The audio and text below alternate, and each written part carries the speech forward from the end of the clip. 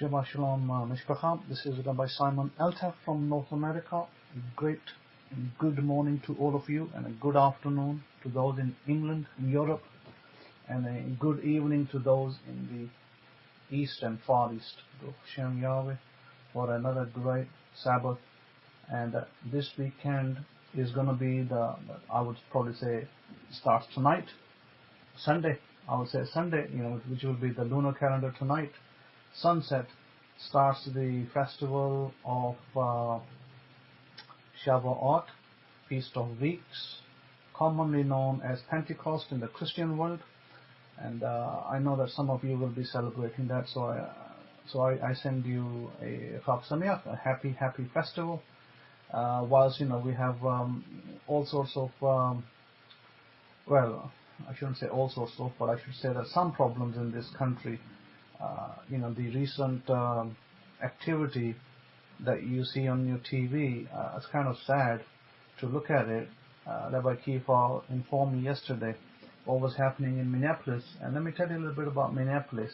I've been to that city, and I went to that city back in, I think it was around 2000. It was early 2000 something, 2004 maybe 2005 time period. I went to Minneapolis, and I was there for 1 week for a project that I was doing for Thomson Reuters. I was their lead guy in London, and they called me up to be in Minneapolis, Twin City, and beautiful city. Spent a week there with the tech guys, and we did a lot of work together. I was managing the project from the London end as a team leader, and the others were managing the project from this end, Boston, and of course that city also provided all the legal documents that the company housed came from Minneapolis. Clean city, beautiful city. Spent a little bit of time, as I said, and yesterday what I saw was really, it was really kind of sad. That number one, I've got to say this, that what happened yesterday by the law enforcement wasn't exactly what the law enforcement should be doing. That was kind of sad that they did that, because that would have never happened in Europe. With a policeman, putting his knee on a suspect, say, that they're trying to arrest, and keeping his knee on that person, trying to, asphyxiate him. That's just terrible. That's just not right in any book. So, like I said, that would never happen in Europe, and I've never seen such a thing happen in Europe. But in America, it seems to be a commonplace that these kind of occurrences are taking place in different cities, potentially. But here is my question to you. I don't want to take away so much the part that, hey, they killed a black man or they killed a black woman, because that's become like a standard deal over here, because you hear these stories, particularly every month somewhere somebody gets shot, and it happens to be a ethnic minority, or maybe a black guy, or maybe a Hispanic, or maybe some other. But here is what I want you to take home with you. I left England 5 years ago, and I came over here. I left my home, I left my loved ones, I even left my $100,000 job to come to this country when I was directed by God to come here. Now, I came over here with one mission, Torah. So now ask yourself this question. Are you the people in America, the black people in America that I'm speaking to, and others as well who claim to be part of Israel, are you in Torah? And the answer is going to be, the answer to that question.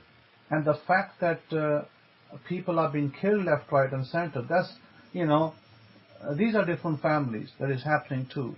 But I want to put something else out. The Torah is what gives protection.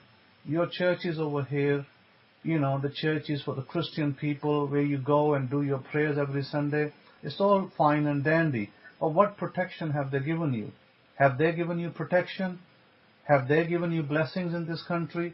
And if not, you've been doing this for 50, maybe 100 years. I have heard of black pastors black churches and all sorts of things happening here, in which black communities go and they spend time, prayer, worship, so on and so forth. And Rabbi Kefa spoke to you many times about what he was doing here years ago, coming from a Catholic background himself, and he spoke about his experiences. So my point is very simply this: has the Christianity that you follow, has it offered you protection? And I will submit to you, no, it hasn't. And when God brought me to this country, I came over here, and no man would just leave their family and walk away, because, by the way, this happened in Abraham's time.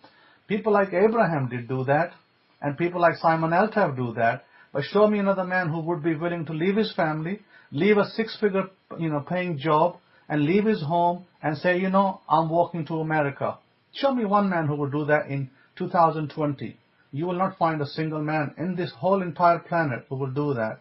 And when I came over here, I went through a lot of abuse, from different people, this, that, and the other, and yappity, yap, all of that.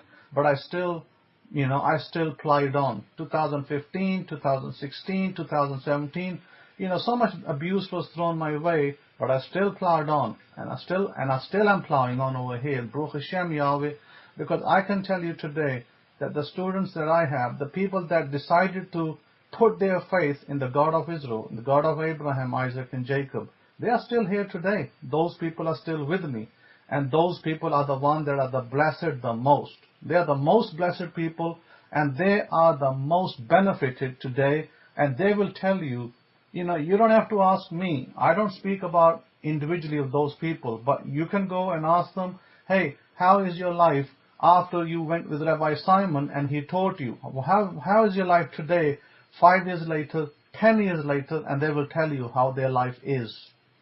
They have protection in the Torah, they have blessings in their home, they have money in their banks, they have beautiful wives and husbands, they are happy people. So what does that teach you? That teaches you the time immemorial fact that Abraham's faith, Abraham's belief in the God that he believed in is resolute, it's forever, it will never change for the people that obey those laws. Because those laws are for your benefit, they are for your protection, they are for your blessings. They are not to belittle you, they are not to separate you into some other club. It's not a club issue. We're not a club. We are a people. We are a people of Israel. And let me put it today straight. And I would like anybody to challenge me and prove me wrong that the Kohanim are the saviors of their people. The Kohanim were the saviors of the people in the time of Phinehas. He saved his people from the plague. Then Moses was the savior of his people, who also was from the line of the Levites. And then he set the first high priest, Aaron and his sons. Kohanim were the saviors of the people. They're the ones that people called upon. Then we move forward in time, and we move forward that, our first adversary was Balaam, known as Balaam, the magician, in Christianity. And Balaam was the first one we dealt with. The Kohanim dealt with him. They're the ones who basically ended up taking this man down, and, on the advice of the judges, they basically executed him. And you can read about that in our Bible, you can read about it in our Midrash, and these stories are there. These are not just stories, these are things that happened in the past. Then after that we move forward, and we know that the Levites, the prophet Samuel, is right in front of your eyes. If you ever go and read the book of Samuel, you find that the book of Samuel, that he was the one to enact the first king of Israel. Saul, who's known as the first king of Israel, was anointed by a Levite, a prophet. So after that, we see he makes his mistakes, he does wrong with the people, and then the same prophet Samuel, he then goes and inaugurates and puts King David in place from the tribe of Judah. First we had the tribe of Benjamin, now we have the tribe of Judah as kings. And then King David came in and said, you know what, the Levites, they are going to be the counsel to the king. And from henceforth, they're going to have a certain order, 2 weeks in, 2 weeks, 2 weeks into the temple every year. So he set a cycle that you even read about in the New Testament, in which it says that a group of Levites will be in the temple for 2 weeks, and they will rotate, and each one of them will rotate. They will be paid. They were being paid salaries for not being in the temple and for being in the temple. In other words, they could go away and run their business, look after their fields, go somewhere else, and only have to attend the temple 2 weeks. That was a rotation cycle that King David enacted, and it stayed all the way to the destruction of the temple. So after that, what we see? We see, Israel not quite obeying the Torah laws, and God punishing Israel, and then, God happened to, bring in a foreign nation into the country of Israel and, beat the people up with that and take away some people into the Assyrian Empire. Then after that, we see the people go back to Torah obedience, and then they disobey again, and then God comes in, and then He removes some of the people of Judah into what's known today as Iraq, Babylon, and they spend 70 years in Babylon, and then the people are restored back again. They come back again into Israel, and only a few come back. About 20-25% return. The rest don't return. They stay in Babylon. They bring in their Babylonian ways. They bring in their Babylonian calendar that you see today, the so-called lunar calendar, by the way, and they bring in that, and they start to run their calendars, and then we have the invasion of the Greeks. The Greek people come in, they invade the land, they take over the land, and then we have the Maccabees family, another Levite family. So again, Levites to the rescue. So who are the saviors? The saviors of the people of Israel have always been Levites and will always be Levites. You did not see somebody come from China and say, hey, I've come from China to save you, and I've come and left my family, I left my 6-figure job, and I'm here. No, you did not see that. But what you did see is Rabbi Simon came from England, a man born in the East that God chose, God brought, and God put it in your face with the Torah, from the clan of the Levites, with a full history behind me as well, family history. And yet, many of you squabbling and whining and crying and this, that, and the other, and show me a certificate, all that kind of nonsense. What happened? Where are those people today? They are nowhere to be seen. They are no one. They are nobodies.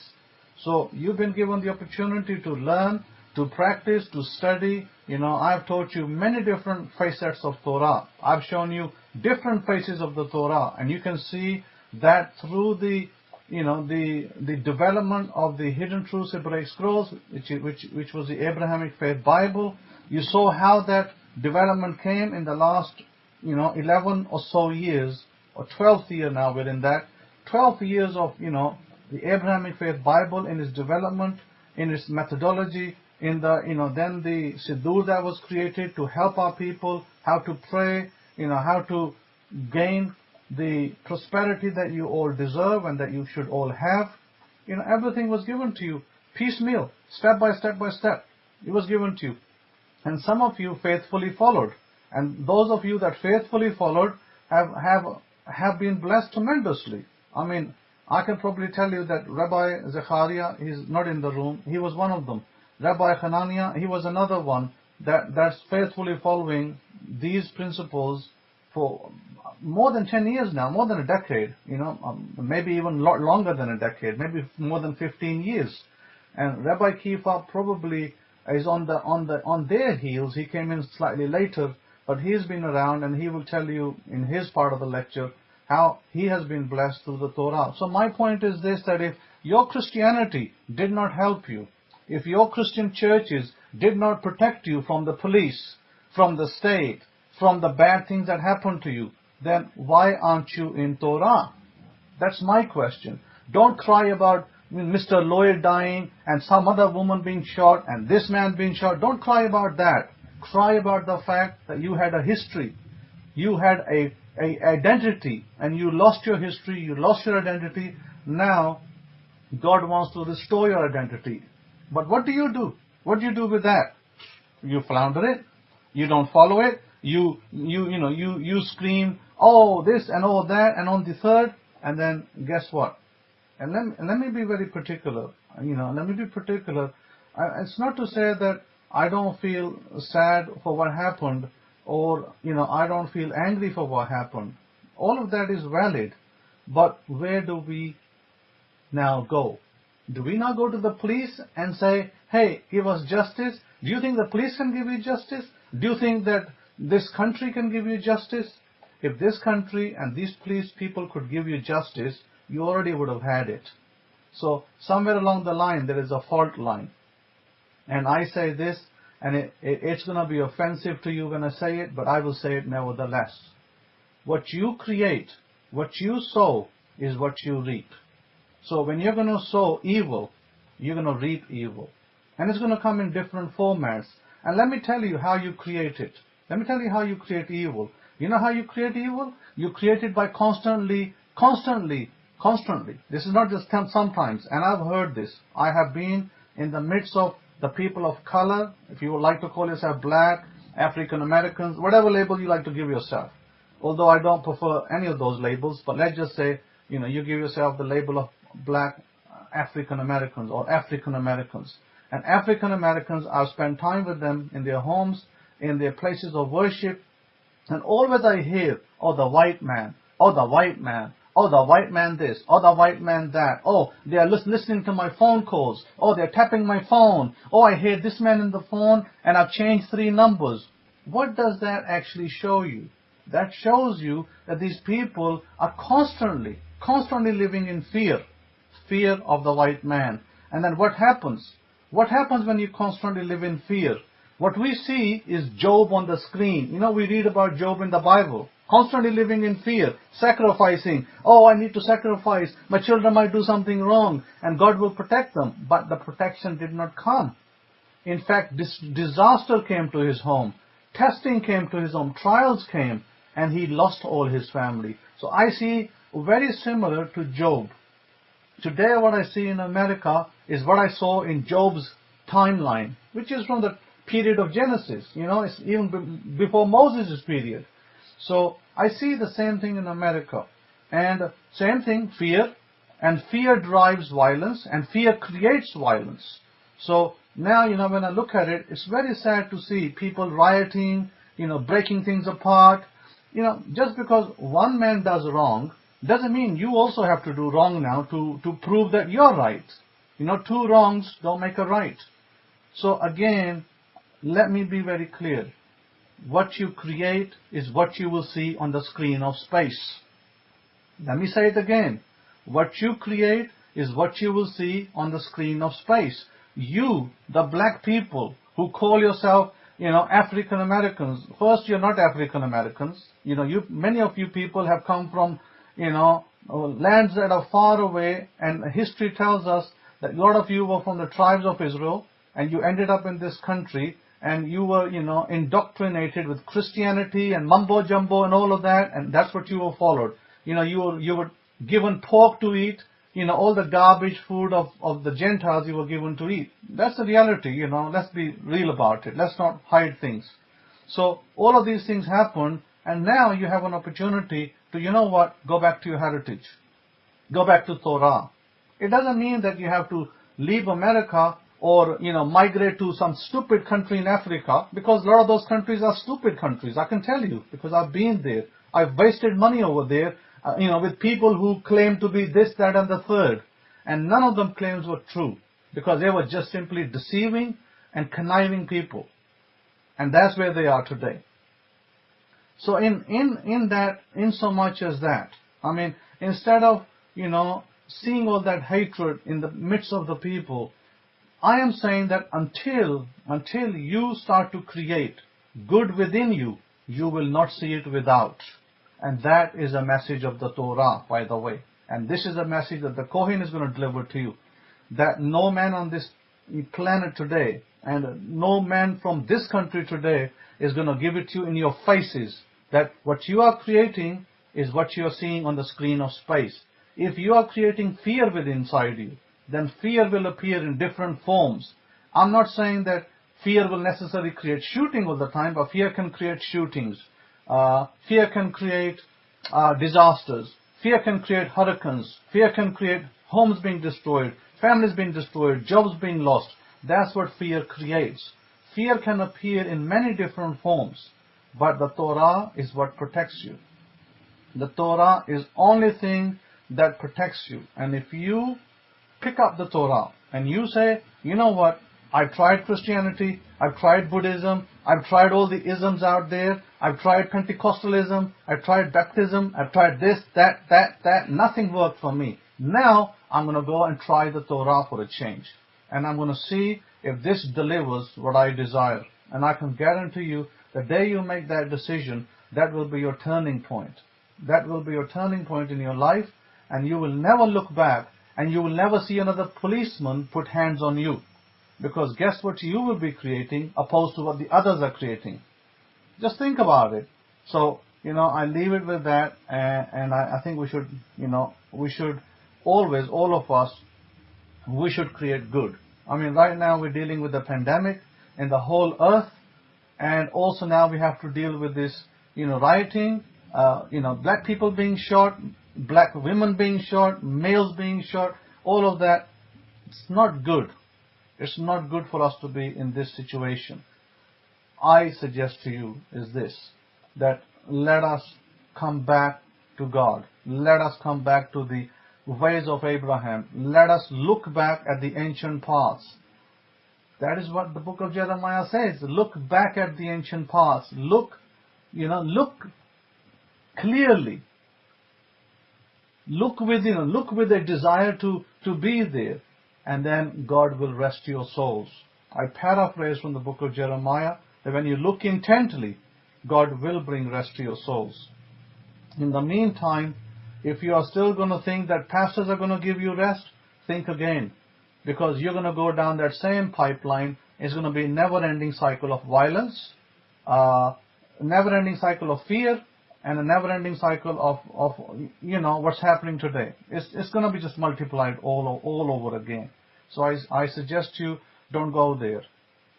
Don't join with fearmongers, and don't sit in the camp of the wicked, thinking that destroying property will somehow restore your dignity. It's never going to happen, by the way. It's never going to happen like that. So, there was one guy, and I really respect him. His name is Gandhi. You know Gandhi, probably from reading history. And Gandhi was a man that will not submit to violence. India was being ruled by a foreign power, very powerful, British. Britain was ruling India, and Britain ruled America as well. They were very powerful, and how America fought a civil war to get rid of them, and how the Indians, they were freedom fighters in India. They wanted to go fight a war. They wanted to shoot people down. They wanted to do all sorts of things. But Gandhi said one thing, and this is what I like about Gandhi. He said, you will not achieve your aim with violence. I will not be part of violence. He said that, he followed the principles of Jesus of Nazareth. He aspired to Jesus of Nazareth. He said that, it is through peace that we're going to get our country back. It is through peace that we're going to remove these foreign powers. And he followed that. And a lot of people followed Gandhi. And a lot of people respected his ideals. But they didn't know that Gandhi was picking up his ideals from, the Bible. They didn't know that. So they just thought he's just doing the right thing. So he was fasting. He was, wearing limited clothes. He was, doing all the things he thought he's doing for peace. And through those methods, he was able to thwart a very powerful enemy. That powerful enemy is no longer there. So I ask you again, today I bring the principles of justice. I bring the principles of the Torah in your foray. I bring it to you. Question is, do you want them? Or do you want to be just another victim of another cop? And I'm not saying all the policemen are bad in America. Because, I have been out there, and I've received a lot of respect from the police. One time I was going from Louisiana. I was driving my car in the middle of the road, one of the middle of the highway. And maybe, I went a little bit to the right, a little bit too much to the right, and I didn't swerve too much, but there was a CID car behind me. And the guy, flashed his light, he stopped me, and he said to me, sir, you swerved a little bit there, and it was 1 o'clock in the morning, and he said, may I suggest that you take a coffee break, and, then you'll be fine. I said, no problem, I will definitely take a coffee break. And, he respectfully asked me that, and I respectfully took his advice, and I went and stopped and took some coffee and then moved on to Florida. What I'm trying to tell you is that I did not create a life of fear. I did not have a fearful, oh please, oh this police gonna catch me and kill me. I didn't have that fear. Oh the white man, I didn't do all of that. So I created, harmony, and the Torah that I had created protection for me. And those of you that are in Torah know that it has created protection for you, it has created respect for you, irrespective of your color, irrespective of your brown color, your yellow, your dark brown, whatever, it didn't matter, because this is the point of Torah, is protection.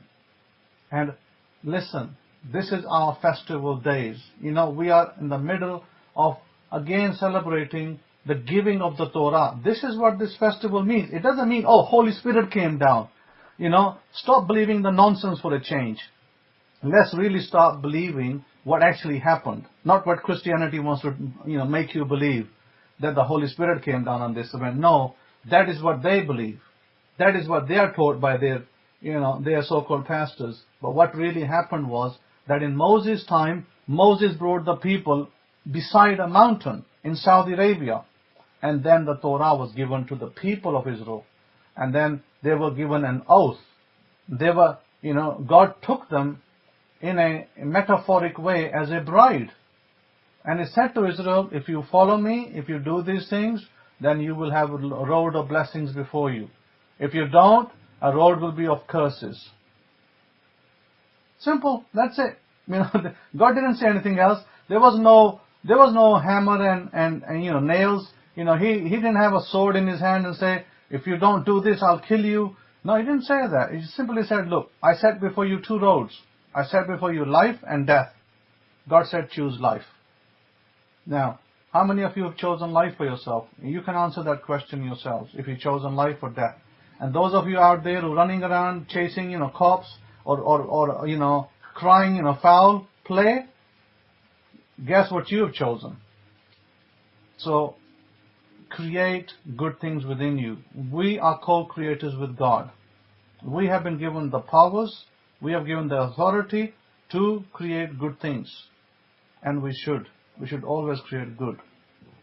Now, coming back to the Torah, I will take you to the book of Exodus, because that is the book that speaks about the Torah, the giving of the Torah, and what happened. And we can go to Exodus chapter 20, and we can have a little read of that, and we can see what kind of atmosphere we had and what kind of instructions we received, because that will be helpful for those of you, who aspire to being in the Torah.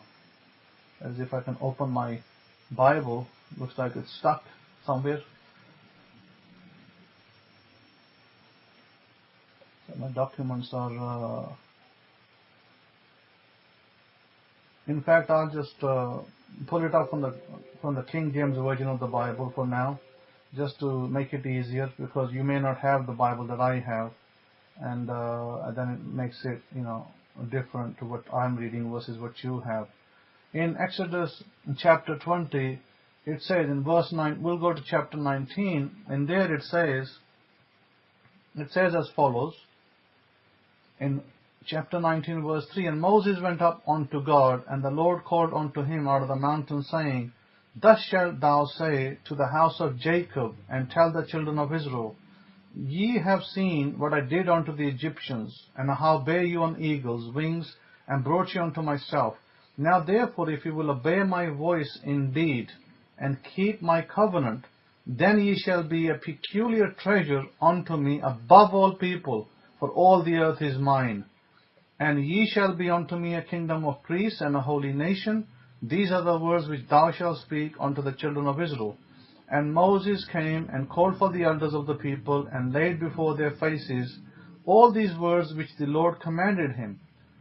And all the people answered together and said, All that the Lord has spoken, we will do. And Moses returned the words of the people unto the Lord. And the Lord said unto Moses, Lo, I come unto thee in a thick cloud, that the people may hear when I speak, with thee, and believe thee forever. And Moses told the words of the people unto the Lord. And the Lord said unto Moses, Go unto the people, and sanctify them today and tomorrow, and let them wash their clothes, and be ready the third day. For the third day the Lord will come down in the sight of all the people upon Mount Sinai. And thou shalt set bounds unto the people round about, saying, Take heed to yourselves that ye go not up into the mount, or touch the border of it. Whosoever touches the mount shall be surely put to death. And then it goes on and says,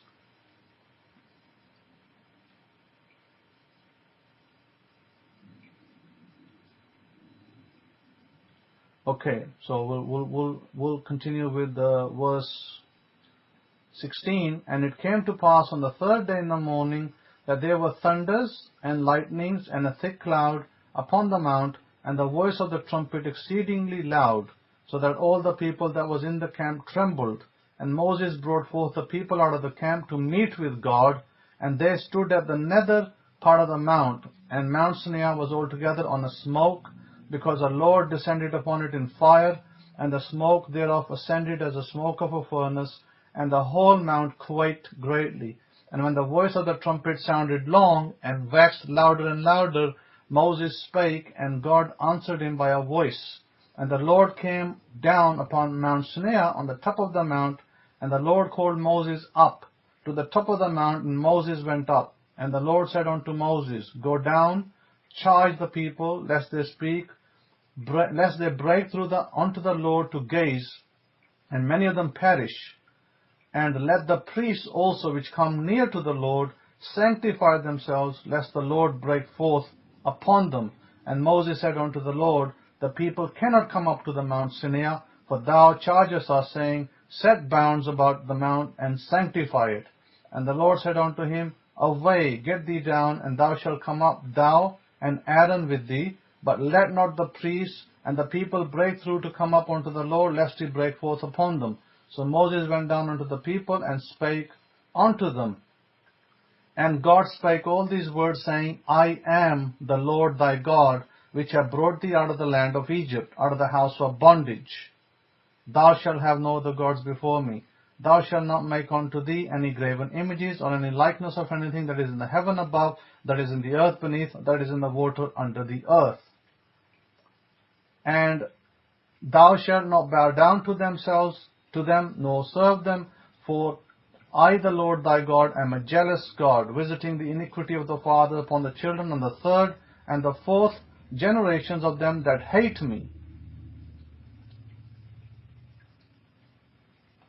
Give me a moment, and I'm going to see, because I think it'll be good if I can pull up the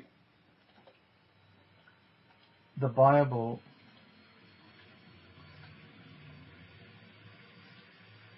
Let me just pull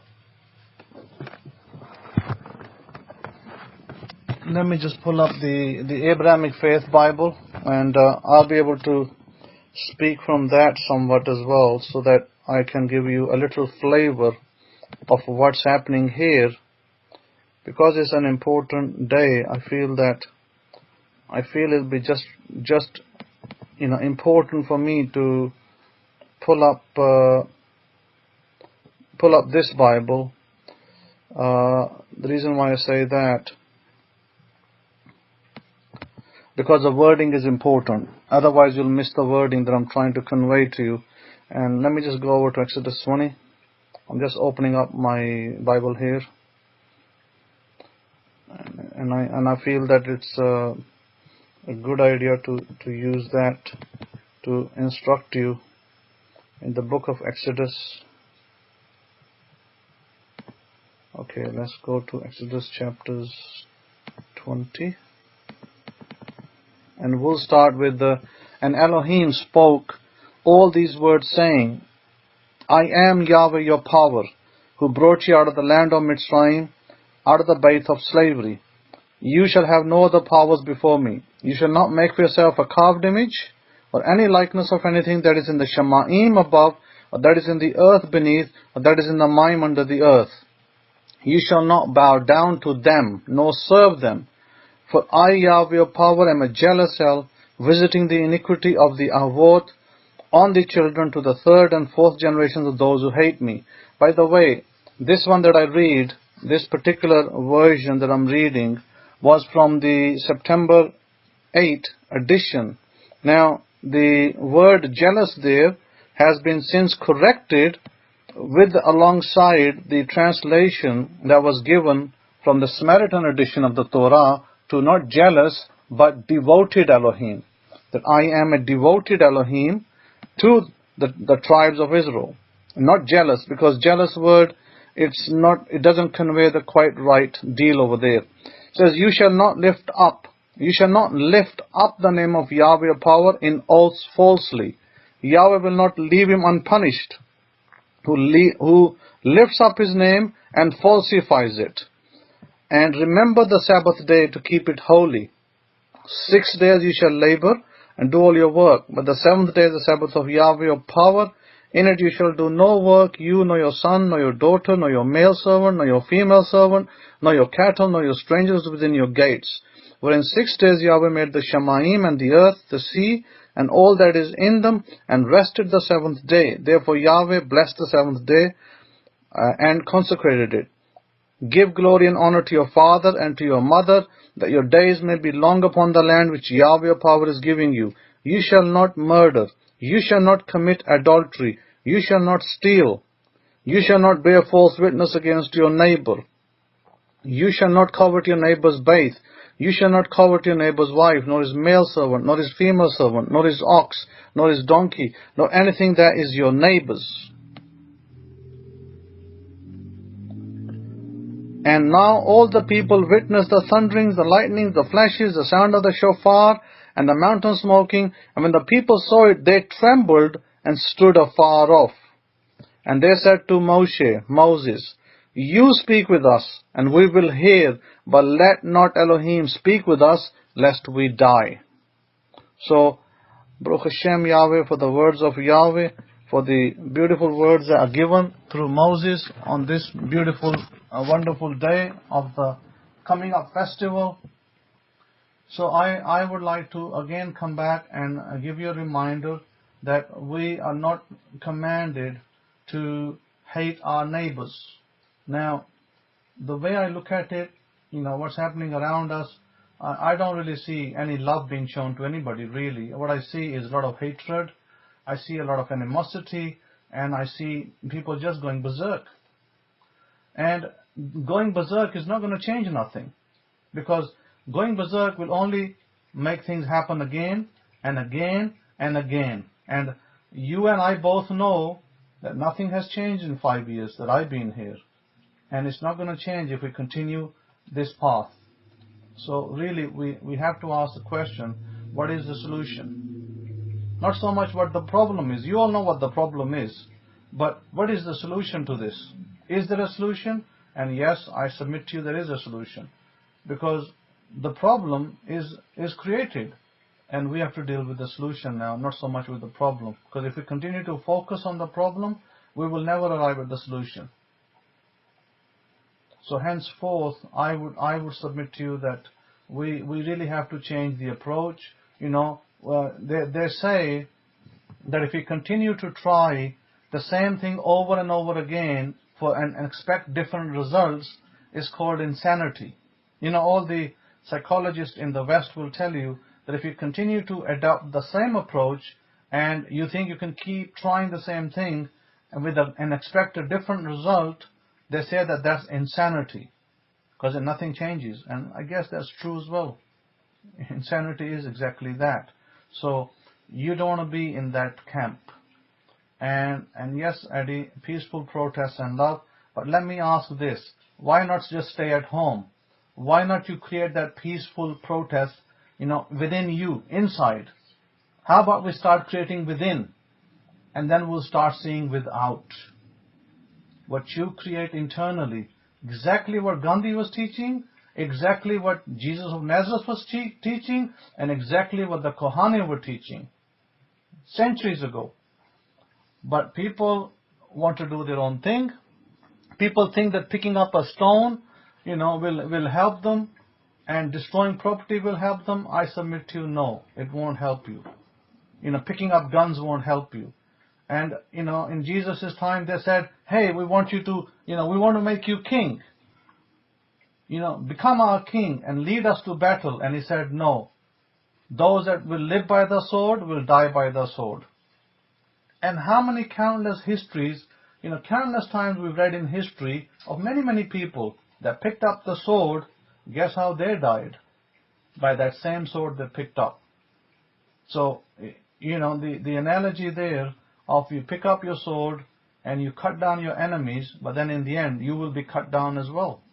So what is the better way? The better way is to stay indoors.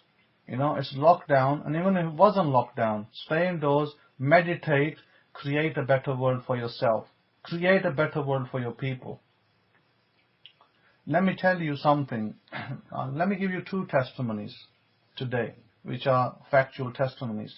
I had a student back in 2015, let's just say before even 2015. I had a student from maybe 2010, and this student was in Abu Dhabi, what you call Abu Dhabi, we call it slightly different name, Abu Zubayr, and he was in a good job, very prosperous job.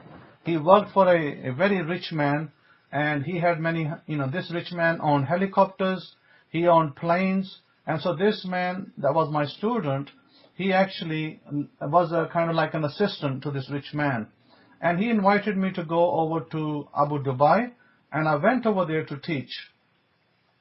And when I went over there to teach, he took care of everything. He arranged for the hotel, he made sure that, he went to pick me up at the airport, and he, the whole works. He took care of everything, where to organize a conference. So we had a 2 days of teaching session over there. And I met his family, his wife, his son wasn't there because his son was in India at the time. And, they were from Bangalore. And Bangalore I would probably say it's a tech city. It's like a modern city with a lot of centers that operate. When you ring AT&T or you ring one of your companies over here, the call goes to Bangalore. And some Indian lady or some Indian man will pick up your call and answer it. So there's a lot of call centers running out of Bangalore. A lot of tech centers are there. Right, thanks for that, Yaqub. Yaqub is saying it's a California of India. So yeah, a lot of tech jobs over there. And so this guy was originally from Bangalore. He was with me, and then 2015 came. When 2015 came, what did I do? What did I do that was so bad that, he had to leave, and some people had to go slander me on the internet and blah, blah, blah. You know why? Because I said, be nice to the gay people. That's what I said. Be nice to the gay people and let them alone. Because they are also created in the image of God. And you should be merciful to them. And not, judgmental. That's what I said. That was my words. But guess what, how it was taken? Oh, Rabbi Simon, he's committed the ultimate sin. He's committed the sin of denying the Holy Spirit. And, he's saying, love the gays. And he's saying, don't say nothing to them. My goodness, And what happened that, everybody went, not everybody, some people went against me, some rabbis left me. Who cares? Who cares where you left? I'm still here. I'm still here and standing. Like that song, I'm still standing strong. And so these people left me. Sadly, they had no brains of their own. They didn't think right. Why is the rabbi telling you this? Why? Is the rabbi asking you to, hold placards out there? You gays are going to hell. Gays are going to hell. I've seen that with my own eyes in England. Stupid Christians. They do that. And you know what happens? The police comes and arrests them and puts them behind bars. Then they say, we're being persecuted. What about you persecuting the people that are also created by God? What, are the gays not created by God? Are they created by some other, demon or something? So that was the point. I simply brought to the knowledge of the people, look, the gay people are equally created by God if they have chosen a lifestyle that is not similar to your lifestyle. Leave them alone, let them live in peace, and you do what is right according to the God that we serve. And let them be, because we have no right to go and protest against the gays and try to put them into some stroke man-created hell, because it's not going to happen. And so, that was taken such an offensive teaching by these people. They were so offended by my teaching that they left me, and they made all sorts of, claims. You'll see black people today. You'll see at least 2 or 3 black people on the internet that were coming under me, that were used to write to me, to learn from me. And today they stand there, oh, Rabbi Simon did this, and Rabbi Simon said this about homosexuals. My goodness. I say, you know what? Continue with it, because you're going to get karma come to you.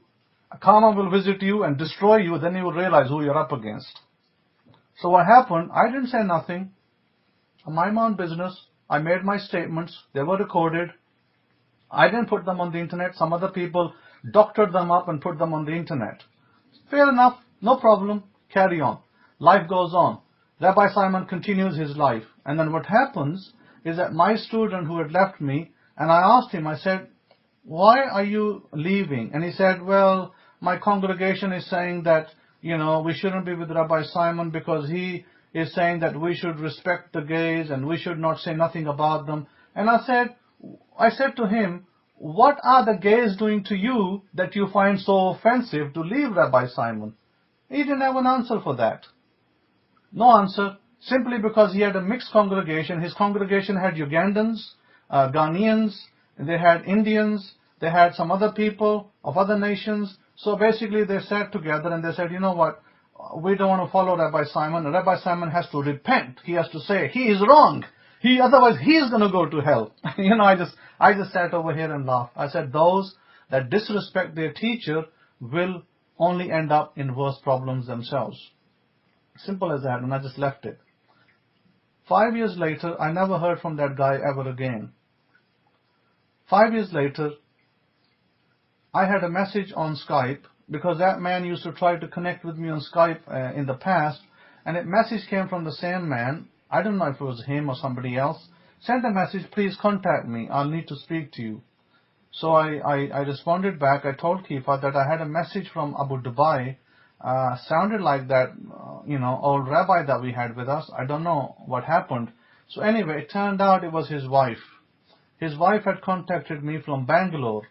She had now gone to Bangalore, and she told me, says, Rabbi Simon, I have news for you. I'm really sorry what has happened in the past.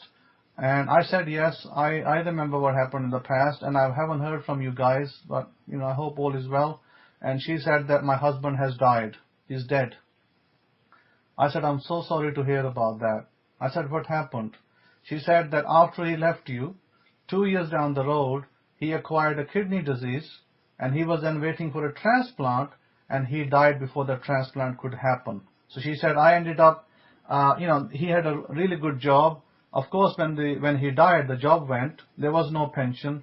So she ended up going back to Bangalore, where they came from, and she was looking for an apartment over there. And Yaqub, you probably know, Bangalore's apartments are expensive to rent. So she was telling me that how she's running into problems with trying to rent an apartment, but they want a lot of deposit. So, I had a chat with her, and I commiserated her, and I said to her that I'm not proud of what happened. I'm not happy how, your husband just walked away without even reasoning that, you should respect your teachers. Don't just walk around like you know everything. And, she said that my husband was very hard, he didn't listen, and I know that what happened wasn't right. I said, well, all is under the water now. Baruch Hashem Yahweh, I simply want you to have a great life ahead. Look after yourself, and what's happened is happened. Don't worry about it. I don't hold nothing against that person. So that's how it ended. One of my students ended up dead because he did not want to obey his teacher. But I'm not proud of that.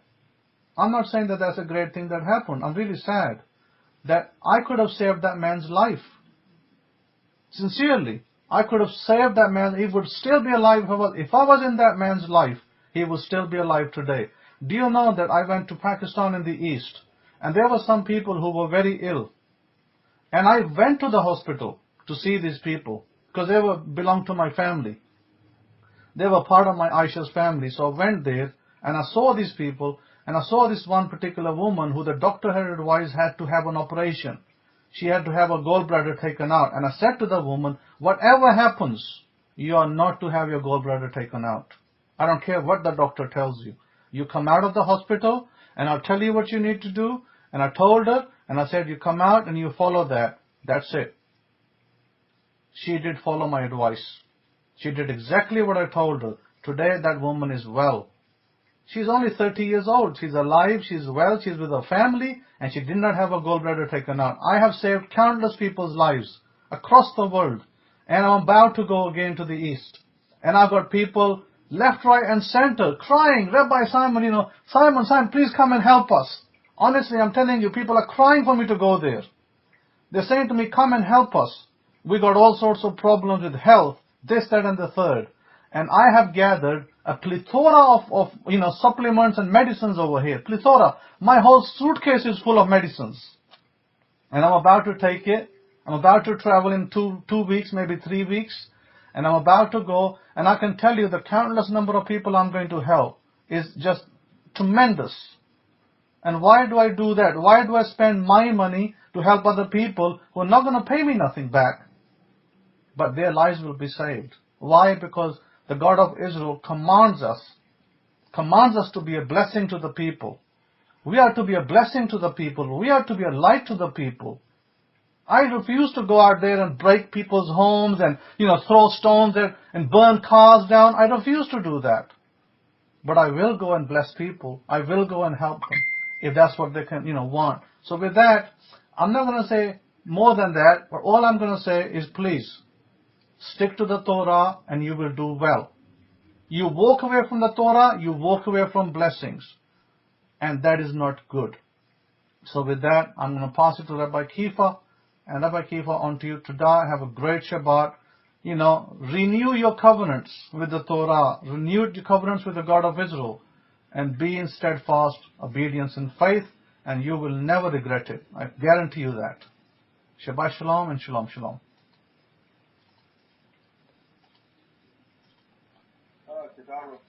If I can be heard, you know what? Again, Nafshan has been on the laptop over here. I'll tell him what I'm going to get with Nafshan. He pulls out cords here, there.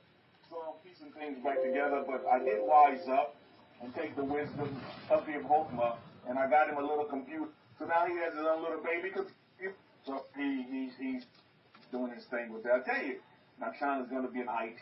He's going to be an IT engineer, just like his uncle.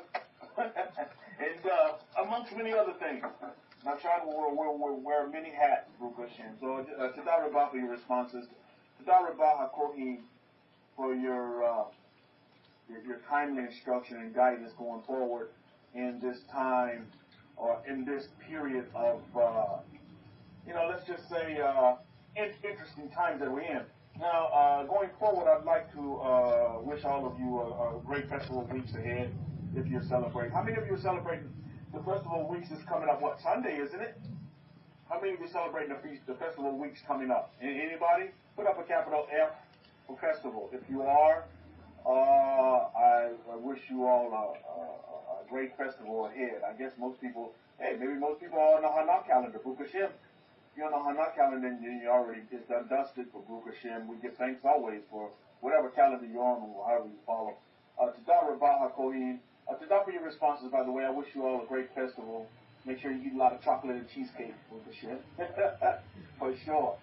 But I would like to ask you this, and those of you who have already celebrated the festival of the festival weeks, I'd like to ask a question. So I guess I'm invoking one of my presidents when I say this, but don't ask what the Torah has done for you, but what have you done for the Torah? But I would like to ask you this question. What has Torah done for you? And if you would respond, I'd appreciate it. Because, it's good to give witness and it's good to give testimony of what the Torah has done for you. And if you don't mind writing it in, I would surely appreciate it. What has the Torah done for you? Just give me a laundry list, but I would really like to know, what has the Torah done for you? What has Torah done for you? As you have come, under the umbrella of the Kohen in the gate, he gave you a great lesson. on the Kohanim. And I tell you what, it even goes into the New Testament as well, what they call the New Testament. Because when we look at what they call the Gospels today, do you know that a majority of the Gospel writers, especially when we look at the Big Four, were Levites? Did you all know that?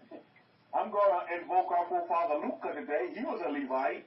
Matthew was a Levite. But again, we have to look at these things and say, the Levites, and I totally agree with our Kohen, not just on substance of word, but substance of deed. And when we look at our history, it bears it out. I mean, you just look at the history. I mean, who's upholding Israel today? Who's lifting up Israel today? It's the Kohanim. To this day, we look at 2020 going forward. I've been with our Kohen for a great minute. Not longer than some of the others here, but I've been with him. I mean, close to him. I'm attached to him at the hip. You see, Yael, woman who said, given me favor and raised me up. That's what the Torah has done for her. Yahudi says, brought me to the light. Lion Princess says, freedom, protection, and life she got from the Torah and continued to get from the Torah. Jacob says, it has given me protection and radical change from lack to abundance in my life. That's what the Torah has done. Torah says, given me peace and understanding is what she's got from the Torah. To time for your responses, because I believe that it is very important and it's vital that you understand and that you know and you remember what the Torah has done for you. And you never forget, never forget what the laws of Moses has done for you. And he says, Torah has given me peace of mind, consistency, freedom from religion and tradition. I'll tell you what the Torah has done for me. The Torah has saved my life. Let me tell you, and you know what? That encapsulates everything. I'm going to literally say this. The Torah, because the Torah has saved my life. Baruch Hashem. I will always stand with Torah. I don't care. Tell me, Shiloh or Sheol. Torah has saved my life. I no longer fear anything. And I tell you, in Christianity I had fear. A lot of fear in Christianity. Catholicism I had for not knowing. Christianity I had fear of missing the rapture. But now I have no fear. Literally, I don't fear anything. I fear nothing. Torah has saved my life. And has not only saved my life, but Torah has given me life. I wasn't living before the Torah. How many of you agree with that statement? Oliver, Shabbat Shalom to you. Oliver says, Torah has brought strength to my life. Baruch Hashem. God for your responses. Don't be shy here because, I know some of you may be texting or whatever, maybe you're listening for work or whatever, but I want you to literally affirm what the Torah has done in your life. That's very important. So you never forget. And you never take Torah as, and put Torah second to anything. Because Torah is second to nothing. In my life it is. And if you're family of Jacob, that's your life as well. Torah is second to nothing. I look at Nakshan, he's here because of the Torah. Baruch Hashem, my 8-month-old son. He's here because of the Torah. Baruch Hashem. And I give thanks. I look at my family that's here from China. And I say, Baruch Hashem, they're here because of the Torah. Torah got him here. I didn't get him here under my own power. They're here because of the Torah. Through the Kohen. I always have to throw in that. I cannot part of the recipe. Like making bread without the yeast. It's like making cake. It's like making chocolate without putting the chocolate in there. The cocoa. Can't do it. And this is why a lot of Israel today flounder. And all these events that's going on all over the world. Anybody want to give me, I want to see who's current with current events, because current events are very important. Give me something that's going on in your current events. Can anybody list me some things that you know right now is going on? Student of nature. Because if Torah is about life, then we're about nature as well. We're about humanity. We have to know what's going on with humanity. James says, Torah, it has opened my eyes on how to live with the help and guidance of the Kohen, of course, right, James? Luxury class, Shabbat Shalom to you. He says, Torah for me is more shalom in my turbulent life. Oh, indeed. Torah is synonymous with what? With peace and love and compassion and what? Loving kindness. Baruch Hashem. And joy, right? Lion King says, Torah is my life in a nutshell. Baruch Hashem. Indeed.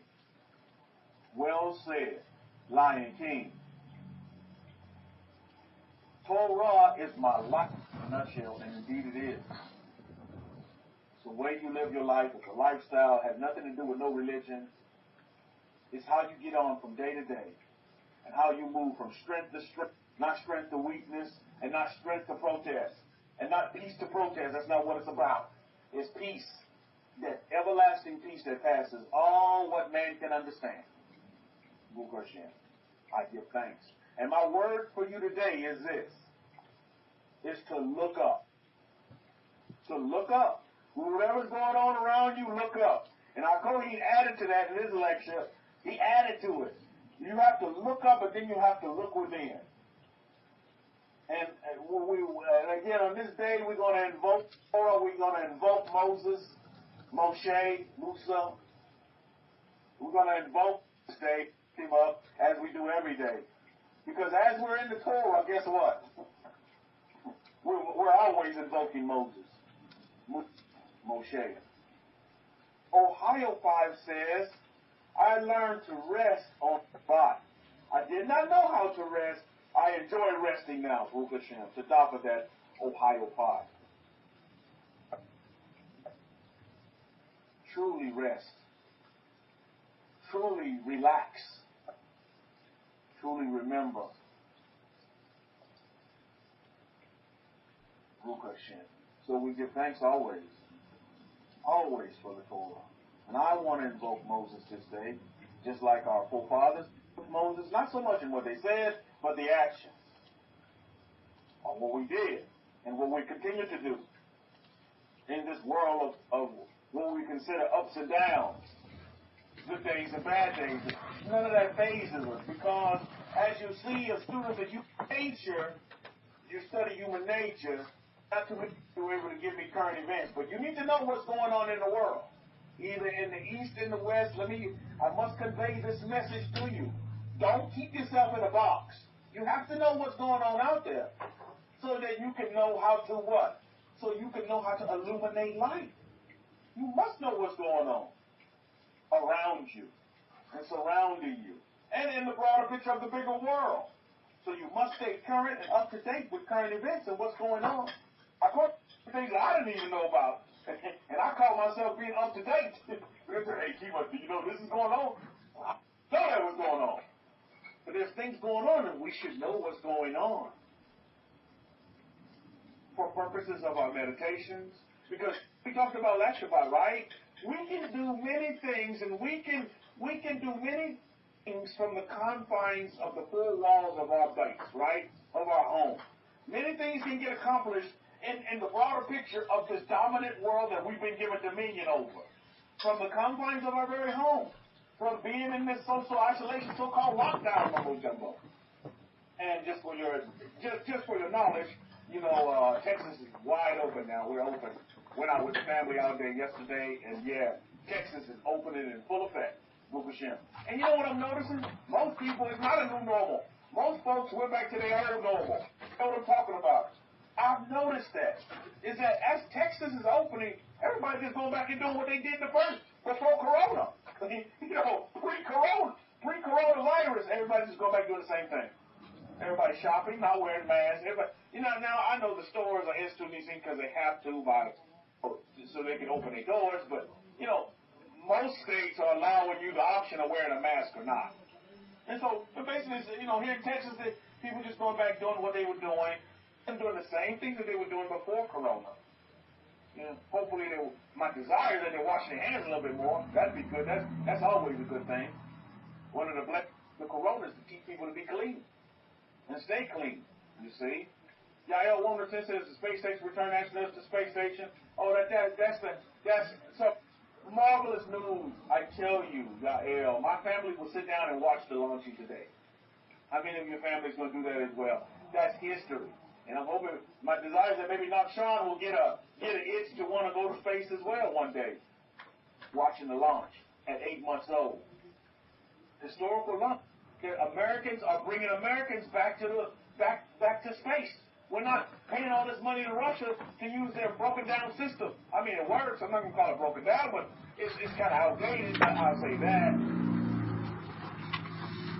I tell you, like I told my queen, I'm a big fan of Elon Musk. Elon Musk is like a Newton to me. He's an innovator that people can't understand. So, and that's cool because he fits into the family of Jacob well, doesn't he?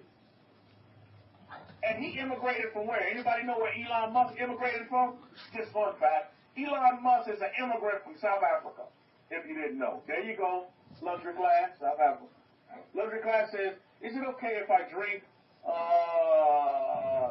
or I have a drink or two on the Shabbat day to relax?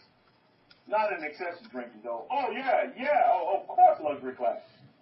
Luxury. Shabbat shalom to you, sir. Of course, luxury class.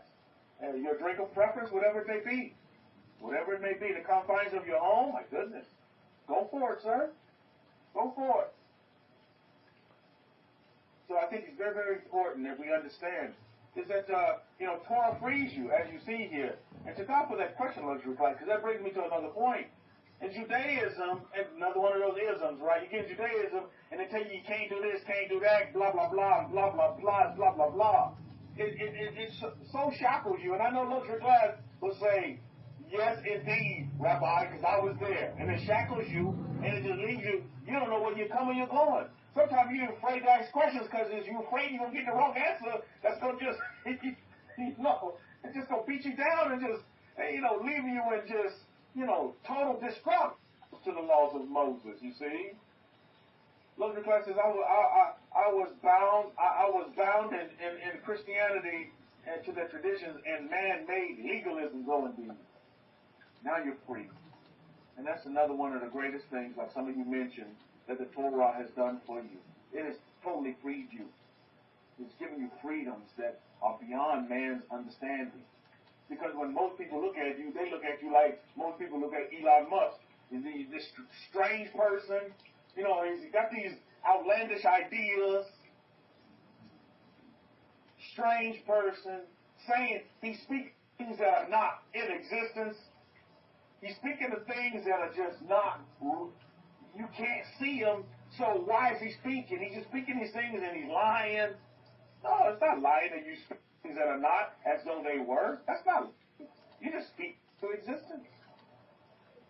It's not lying. Oh, you lied. You said you were going to have this. I am going to have that. But you're lying. You don't have it right now, but I'm going to have that. It's just not here now. It's somewhere out there in the cosmos coming to me, Bukashim. But you don't have it now, but you see that's how they do. All that negativity. Get that negativity from around you. And leave them neutral. Neutralize the negativity in your life. You have to neutralize it. Don't become antisocial against these folks. Just neutralize the negativity. Take lessons from the Master Yahweh, Master Yeshua.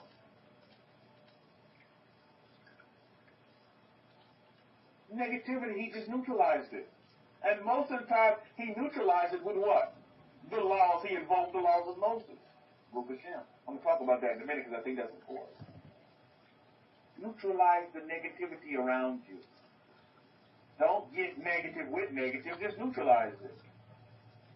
Because at the end of the day, majority of the time, you have to guard yourself against being put in the judgment seat. Because you don't want to be judge and then jury. Never put yourself in that position. If you really understand karma, you won't do that.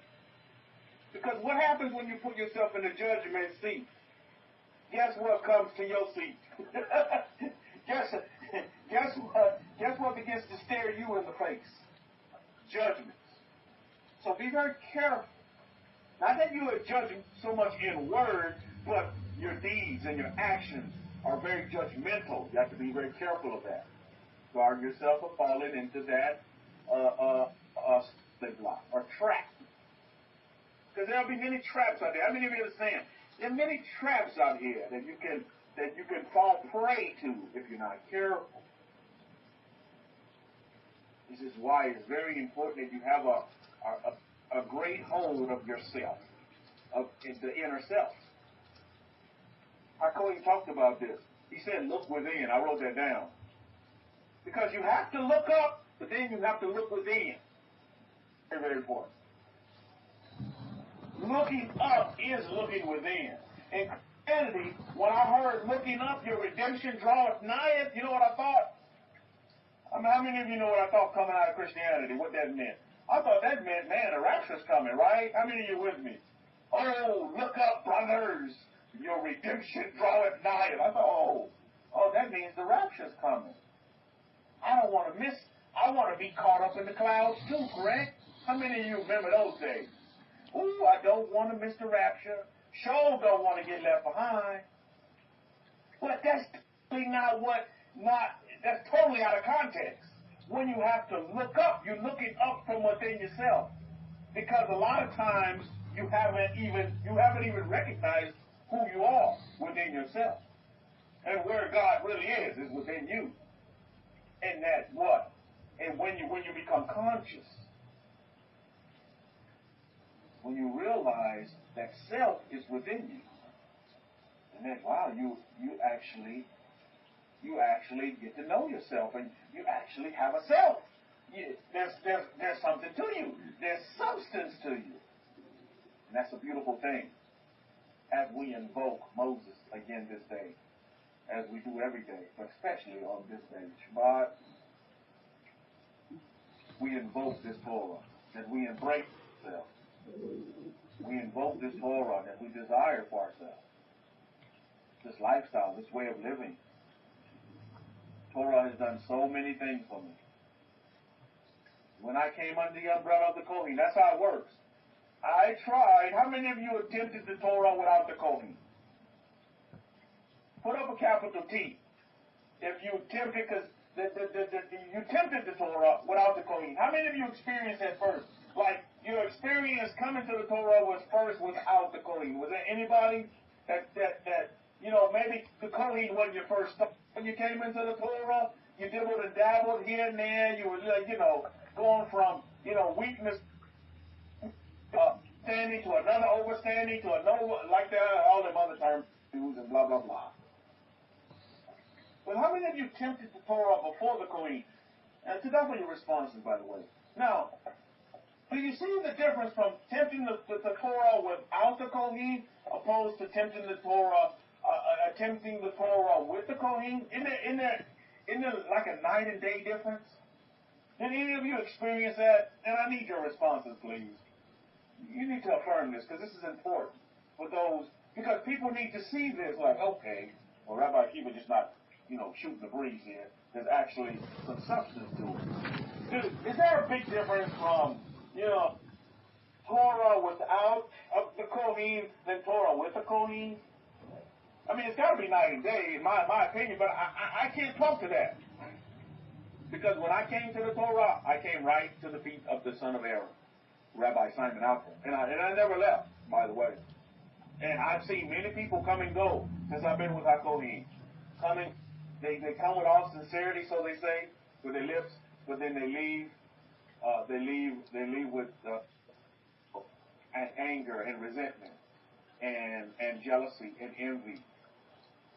All the negative sides. That's how they end up leaving. And in the majority of them, they leave with slander.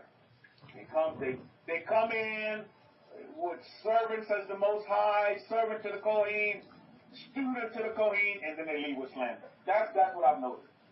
That's what I've noticed in my experience with the Kohen. Those that do leave, you get a lot of them that do leave this one. That's just the nature of it. That's just the nature of it. Because just like our Kohen always said, most people can't handle the truth. They cannot handle the facts on the ground. And he says, I visited Jewish last and I just as you say, Rabbi, there is a lot of blah, blah, blahs and night and day difference. Yeah, Eddie, to top of that, that's very important. Yahya 110 said, looking back, I wouldn't even call it Torah. I was just doing what I was doing now that I know what Torah really is. Oh, I see. I get it, Yahya, woman of the 10. But at that time, that's the Torah that you knew.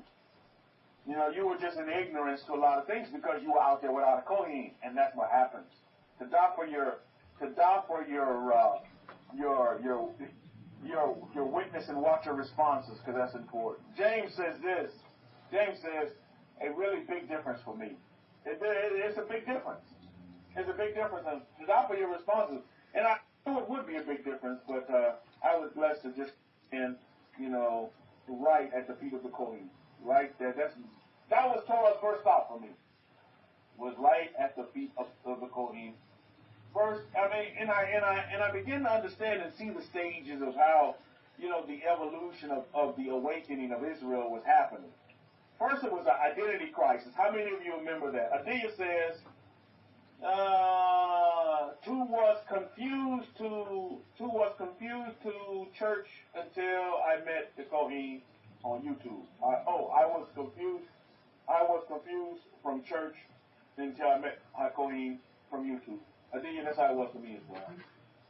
So so it's very important that we understand and that we learn that are many different the evolution of Israel's awakening.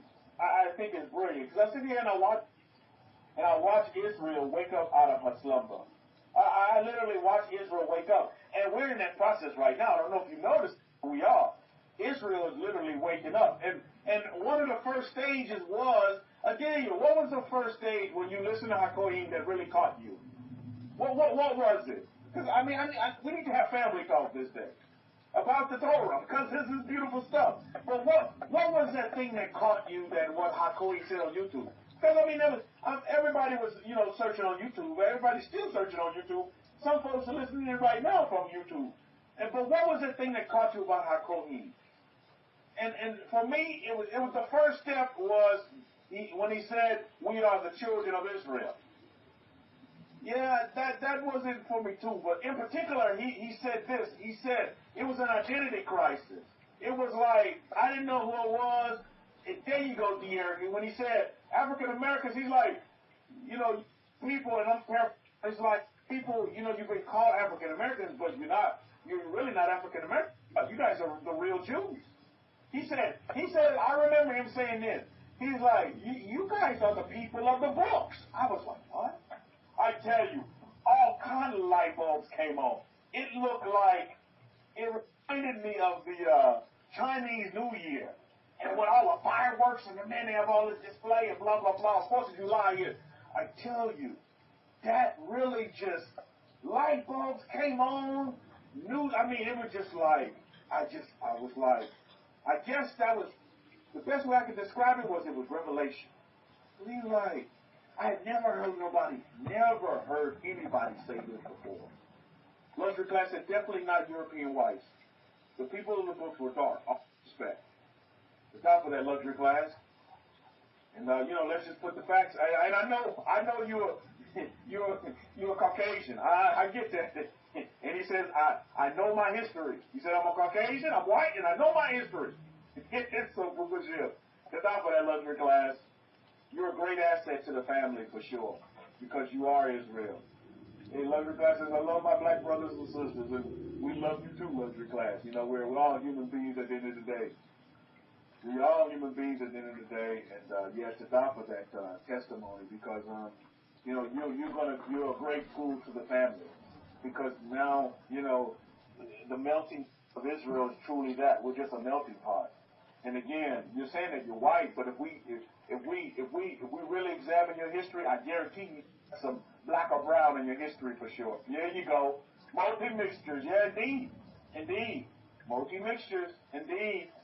Because people look at my son Nakshan and they don't see no Chinese in him, but he's half Chinese. His mother's Chinese from China. He's half Chinese, but I tell you, he looks just like the handsome Hebrew that he is. Baruch Hashem. King David reincarnated. Baruch Hashem. I'm telling you, just a handsome little, I guess, that's proud father. I guess that's a proud father of me. But I tell you, he's just a handsome, peaceful, loving, happy little baby boy. But you look at him, we go to China, which I don't see us going no time soon, but we go to China, and they're going to say, this boy is not Chinese. Yes, he is. But when he begins to speak fluent Chinese, they'll know that he's Chinese, So again, these are things that we have to look at. We can't examine Israel just based on color. Like, you can't examine a Chinese person just based on color. How many of you know that? Has any of you ever seen, like, brown-skinned Chinese? Brown-skinned, Oliver has, and they speak Chinese just, they speak Mandarin just better than the next person. So, again, we can't look at color. You cannot look at color. Yeah, Shane, y'all, Ruka Shem. Now, y'all knows what I'm talking about. You just can't look at color. You look at the character and the makeup, individual based upon, his deeds and actions on the ground. And that brings me to another point. When we look at Bible-believing America, and you see these events and all of this, slander here, everybody being judgmental without even knowing the facts, by the way. People put the facts to the side and they all want to fight. But then you don't look at the facts and you get all of this, you got people being so judgmental, yet this is supposed to be the Bible-believing, based upon the Bible, founded by the fathers of faith and blah, blah, blah. Yet, with the action that you see going around today in this country, based upon what happened, an unfortunate incident that happened with this man, who was up to no good, by the way. Let's put that out there. I mean, the 5-0 just don't go putting they knee on your neck because, you got Citizen of the Year. Come on now.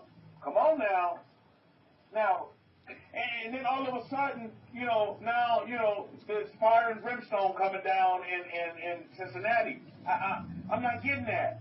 Where in the Bible, in your Bible that you believe in, so you say, that you have on your shelf, maybe you haven't opened it, that we're supposed to do good to those that don't do good to us. And I'm paraphrasing.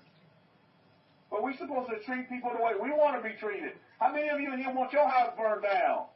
How many of you here want your house looted? Nobody wants that. How many of you here want your yard trashed? Nobody wants that. So why are we doing this to other people? I don't get it. And more importantly, Bible-believing America, you're supposed to love those that don't love you. The Master said, what good is it for you to love somebody that loves you back? What's the goodness in that? But love those who don't love you, who don't agree with you, who have all kind of angst against you. That's the ones you're supposed to love. That's the ones you're supposed to show compassion to. Bible America, please stand up. Believe in me. Yael 1:10 says this. He said he was the son of Aaron that did for me. When he said he was the son of Aaron that did it for you, because I heard plenty of people's opinions, but I had never found the teachers declared by God. That was what arrested me in my spiritual quest. My goodness. Ruba Shem, y'all here one with stop that testimony. I tell you, for me, it was when he began, it was an identity crisis. Now, we're beyond that stage now. We went so far. The Kohen has taken us so far. But the first step was for us to know who we are. And when you go back and you look at Moses, wasn't that the first step for the Kohanim back then? Because I firmly believe Aaron and the Kohanim, they understood that Israel was forgetting who they really were. And then a lot of Israel, they had been hoodwinked and bamboozled into thinking after the generations after generations. They had been, conditioned to believe that the only thing that they were just these brick builders, these brick makers, and that was it. And do you know why? Do you know what evidence I throw onto that? Is the fact that when Israel came out of Israel, a lot of the Hebrews didn't want to come out. When the Hebrews were free, a lot of them didn't want to go. They wanted to stay. And you saw that mentality when they were wandering in the desert. How many of you are with me? That the attitude was, hey, we were better off in Egypt. How many of you know what I'm talking about? So a lot of them didn't get the rebirth. They were still in the old birth. They didn't want to rebirth themselves into who they really were. They had an identity crisis amongst the Hebrews, to where a lot of them thought they were Egyptian. How many of you know what I'm talking about? They fully thought that they were Egyptians. They acted like the Egyptians. They ate like the Egyptians. They were happy to be Egyptians. It was an identity crisis. And lo and behold, every one of you in this room, you had a desire to know who you were in the back of your mind. Where did I come from? Because a lot of your testimonies are like mine. If you're here in North America, when you do your little DNA mumbo jumbo, or you do your family tree when you go to your family reunions, how many of you know what I'm talking about? You go to your family reunion and you buy that little family reunion book, and your tree only goes back to a plantation somewhere. How many of you, and it stops here in North America, but it only goes back to a plantation. You got a little tree, and it goes back to somebody's plantation. Somebody's plantation. Somebody's,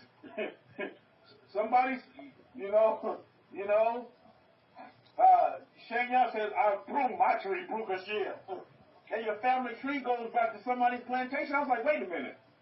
It's got to be, to me, North America. I mean, what happened to our people before that? And I always knew I wasn't no African. I just always knew that. That African-American mumbo-jumbo just never agreed with me. Never agreed with my spirit, my inner man. How many of you fill out the census? How many of you got your census? It took me a while to get to it. But they finally got me. They sent me this last postcard. They said, hey, if you don't fill out this census, we're going to have somebody come to your house and have it filled out. I was like, oh my goodness. Let me go online and fill out the census. Because, it has to do with taxes and, how much money will be appropriated to wherever you're at. I get all that. I get that part. How many of you fill out the census? There's a lot of you haven't. But you need to fill out the census because it's important. It's important for your city, for your state, and how much money is given out and blah, blah, blah. But on the census, they ask questions on who in your family. You all know about the census, mumbo jumbo. But then they go into somehow I had to write the thing down what you said earlier. I thought that was really good. So, talking about, they classify you as African American and blah, blah, blah. I always put other as well. Or I put Jew. I scratch out there and I put other. I put Jew. And that's what I'll put. Because, again, you see how they'll condition you with identity crisis? Most people don't ever check other. They just go with, okay, yeah, that's African American, that's me. But do you see how they'll condition you over time? And not only with the census, but all your paperwork. Either you filing for a loan, job, whatever, credit card, whatever it is.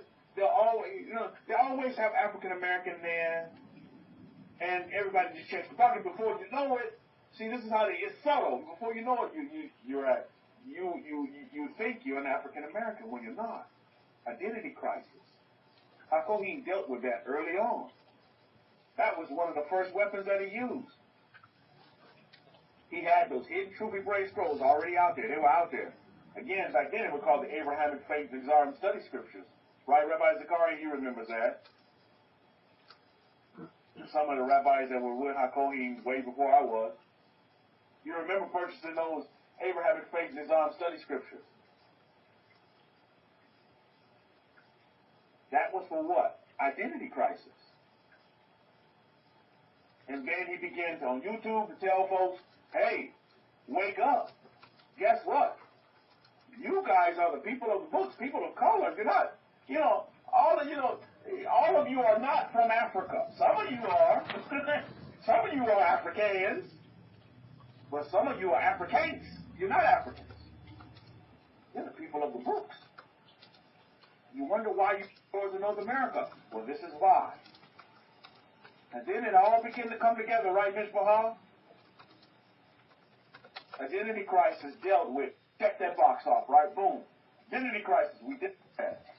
Now that I know who I am, Hakohim says the ship's records prove that most in this nation labeled as African Americans are Hebrews.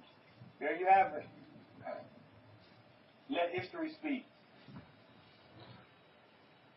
Let history speak the truth, the facts on the ground. History is recorded. My wife was watching this video on YouTube. But she saw it now on YouTube because, you know, in China, they don't have no YouTube.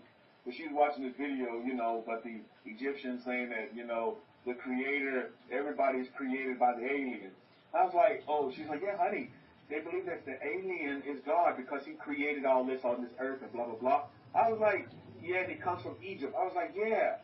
I said, but you know, in our history, our God destroyed the alien because if Egypt was so strong, then why did the Hebrews just wax Egypt? She was like, yeah, I never considered that. I never thought about that. I was like, yeah. Yeah, some people consider, you know, the Egyptian peoples have their gods. They do have their gods. And some of them consider that their gods are aliens. That's a big thing in the South. I don't know too much in the North, but, you know, and again, that's just these Hamites going back to who they are. In my opinion, if you want to know the truth, they're going back to their Egyptian ancestry. That's who they are, but I'm not Egyptian. You see? Just like I'm not African. You know, that doesn't, you know, and they're just going back to who they are. And again, just like on those ships as well, it wasn't just all Hebrews. There were a lot of Hamites on those ships as well that came over in the transatlantic slave trade. A lot of Hamites as well. So let's push this forward to 2020 and look at these events that's going on in Cincinnati by the majority of people of color. Now, what you're seeing right there is you watch these little clips that you see on the news or wherever you get them from, YouTube. A lot of these folks jumping around like they don't have no sense. The Hamites, I'll put it to you like that. The Hamites. Now, let me tell you, even before I came into the Torah, how many of you agree with me? Even before I came into the Torah, I would never be associated with nothing like that. How many of you agree with me? I would never be associated with nothing like that that's going on right now in Cincinnati. That has never been part of my character, to get out there and protest. For what? What is that going to do? Burn up stuff. Tear up a police car. What is that doing? Same thing you see in California. Even before Torah, I would never be involved in all of this mass looting, protesting, throwing bricks at police cars and disrespecting the law and blah, blah. That just was not my nature. That has never been my nature, and nor my character. So do you see what I mean? Israel has been asleep. We've been in slumber. We've been in identity crisis mode at one time. We're not in identity crisis mode anymore, but we were at one time. Again, with Moses, during Moses' time, a lot of Israelites, a lot of Hebrews are not going to come back to their way of life because they've been conditioned and they're very happy being assimilated to the nation. Howbeit Egypt, howbeit America, France, UK, they want to stay with their nation, with what they have been conditioned to know, or what the nation tells them that they are. But you know what? I'm going to say this. The Kohanim have always been radicals. Don't see the Kohanim, the priesthood, as these like flimsy, mamby-pamby type dudes. You go throughout history. Start with Moses, even Aaron. They have always been radicals. They always buck the system.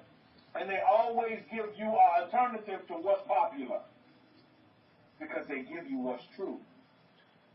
Now, not many people can handle with the facts and the truth, but that's what they'll lay out before you. Whether you can digest it, ingest it, whatever, that's just what it is. This is why it's so very important for all of us to never, never, never, ever forget what the Torah has done for us and continues to do for us. We go in the Torah from strength to strength to strength. How many of you believe that? If you're in the Torah, you're only going to go from strength, because I guarantee you, the strength you had when you first met the Kohen, you even have more strength now in 2020. See, and that's how it's going to continue to go as long, there's a caveat to it, as long as you stick and you stay close to the Torah. You must do that. That means that you never leave the Kohanim in the gate. You never leave them. You never forsake them. You never disrespect them. You never dishonor them. But you always do what? You always take care of them. You always show them love and compassion and kindness. You open your doors to them. You don't shut your doors to the Kohen. God forbid. You know, a Kohen has been to my house several times, my bed several times, and I never closed the door to the Kohen. Never. And I never will. We have a relationship that's real. And somebody mentioned earlier, you know, I think it was, what was it? A luxury class said, you know what? I love you guys more than I love my own, you know, family, like my, you know, family I was born into, you know, and that's real. You know, I love our Kohen, you know, more than I love my brothers because he is my brother. See, but that love goes deep. It goes beyond the family that you were born into to come into this world. It's spiritual. It's deeper than that. So I get when you say luxury class, when you say that, it's deeper. And it is real. It's not just lip service. It really is real. And it's been tested. Because as you go through the ups and downs, and I said this, and I wrote, the Kohen was teaching, is that Kohen has seen many people come and go, because I watch him see them come and go. Many people have come and gone. Test after test after test after test after test. Through the ups and the downs. There's some things you may not understand. And I know a lot of things you don't understand when the Kohen tells you, you know, you don't understand it. I mean, you can't wrap your mind around it. But your inner man, that self, says, you know what? I don't get it now, but I'm going to get it. And I'm going to stay with the Kohen until I get it. Until the light bulb comes on. Because sometimes the light bulb don't come on right away, and that's okay. So now I know a lot of you have a greater respect for Moses as he was dealing with a lot of the Hebrews who the light bulb didn't come on, and Moses would get frustrated with them sometimes. Because they just weren't getting it. And then what do you call them? Stiff-necked it. They just weren't getting it. But I would encourage you this day to look up and to look within. Look up. I'm going to read something from the Master. I'm not going to keep you long today, but I'm going to read something from the Master. Because, you know, we're invoking Moses this day. We're invoking the Torah. And I want to show you something that's so beautiful as I crunch the numbers. Because I love numbers, man. I'm a numbers fan. I'm a big fan of big numbers, and I love numbers because numbers speak. I want you all to understand that. If you don't know that, man, numerology is awesome, but numbers do speak. Now, in invoking Moses, how many of you, the Master Yeshua, he talked about the laws of Moses? How many of you get that? How many of you read verses where the Master referred to the laws of Moses? He said, well, the Master Yahweh, Master Yeshua, Jesus, whatever you want to call him. But he spoke, and he always went back to, like our Kohen talked about, the forever ways. The forever ways is that Torah. Luxury class says, as it is written. Now, I went back and did a little study on this.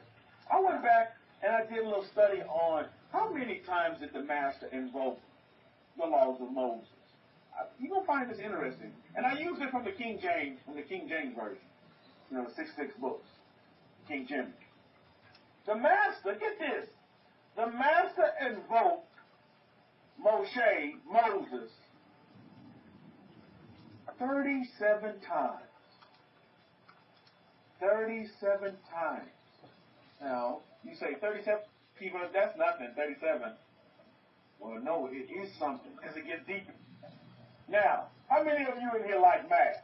I need my mathematicians, please stand up. Now, I want you to take the 3 and the 7, and I want you to add those two numbers together. What are you getting this for, huh? The Master Yeshua, pay close attention. The Master Yeshua invoked Moses 37 times, according to the King James Version of the Scriptures, of the verses in the Scriptures. Okay? What's up for that, my mathematicians? 37 times. 3 plus 7 is what, 10? How many of you know what does the number 10 mean to us as Jews? Remember, numbers speak. What does the number 10 mean? And can anybody tell me, what does that number 10? Number 10 is very, very significant. Number 10, to top of that, Adelia, perfection. So, for completeness, there you go. Complete perfection. You know, that's the Master Yahweh's number, number 10. You get where we're going with this? Hey, and by the way, those of you in the UK, don't you call like what we call our White House where you're prime minister? Isn't that called the number 10? Isn't that something? The number 10, that's a great number. I'm telling you, that's an awesome number when you understand that. Because I always see that. I watch the BBC, and I'm like, oh yeah, and number 10. I'm like, what the heck is this number 10 mumbo jumbo? Then I see on the door, there's a number 10 written on the door, the black door that everybody goes in and out of. What is that? What is that building? Like, equivalent to our White House, Lion Princess? Is that the black door with the number 10 on it? What is that? What is that building called? Is that like the... is that equivalent to our White House? Well, I guess what I'm trying to ask, because I see he's always going in and out of that building. You know, that is that building right there. So I just want to know. I don't know. But yeah, I just want to put that out there. But the number 10, the Master Yeshua. The Master Yeshua invoked the laws of Moses. Moshe, 37 times in the New Testament.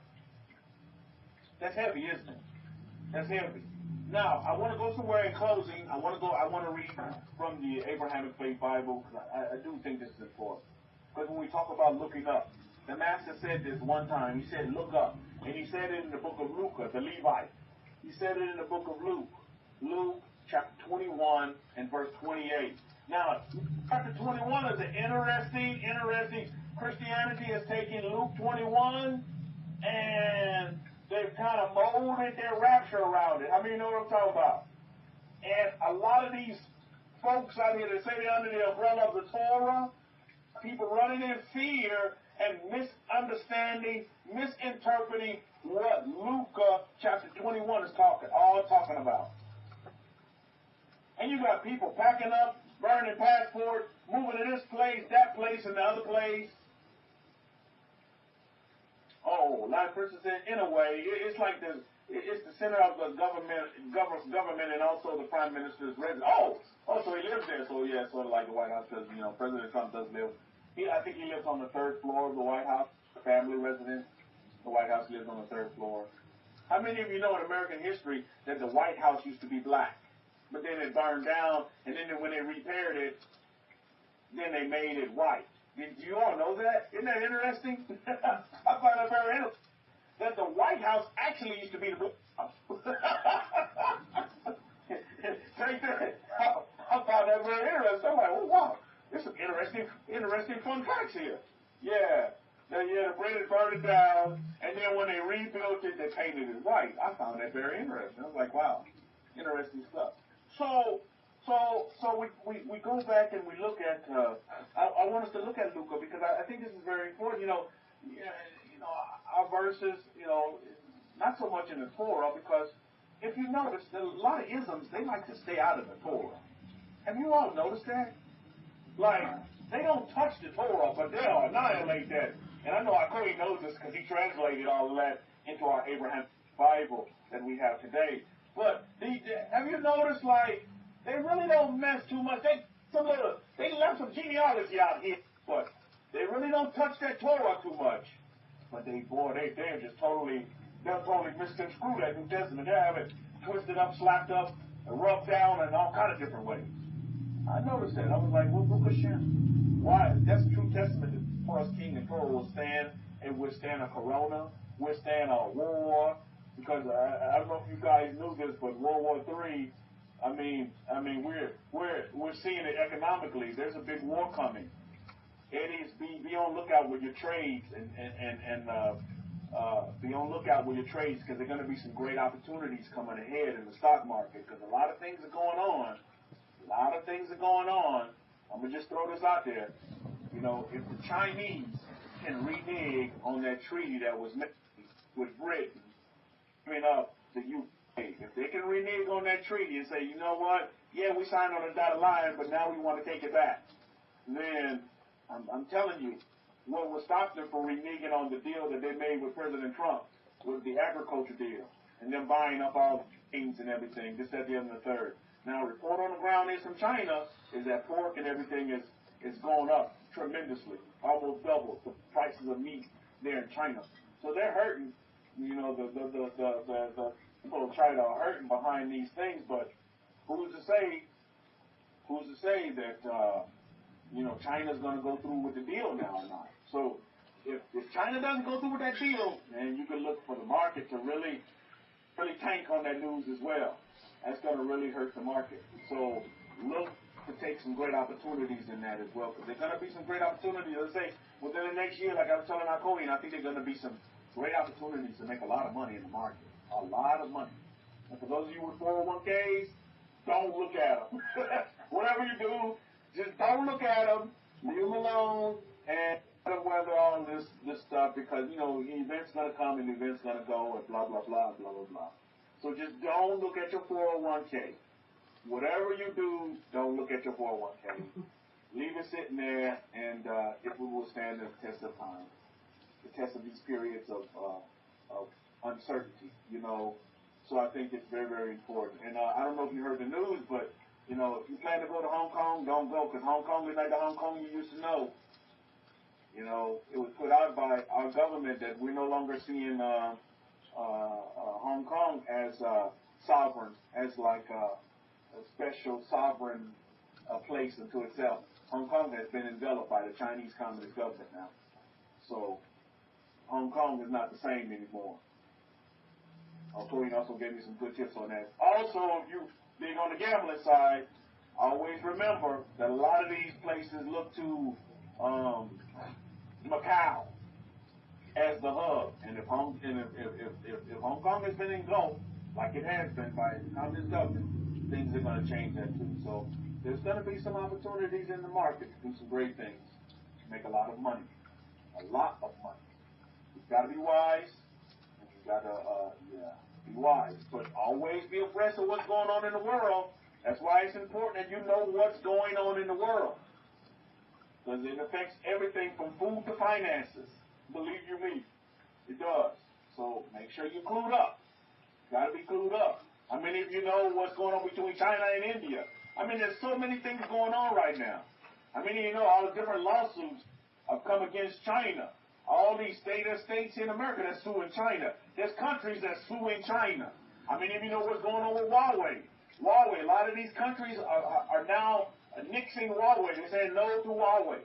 They're canceling contracts with Huawei because they're spying behind the scenes. How many of you know that there's students here in America that's here as students, but they're actually spying for China, for the Chinese government? So now our government is kicking these students out. There's a lot of things going on in the world, right? I'm telling you, there's a whole bunch of things going on in the world. And don't sleep on the China and India spat that's going on, and it's more than the spat now. It's pretty much, you know, they're fighting. So stay clued up, Mishpah, on current events and what's going on. It's very, very important that you do that. Very, very important. You got to know these things, what's going on, and prepare yourself. According as always said, make sure you have at least 3 months of food stocked up. Well, Rabbi Kefa, when you talk about this end times, I understand nothing about end times. I'm just talking about you protecting your family and you being prepared. An ounce of prevention is worth a pound of some cure, right?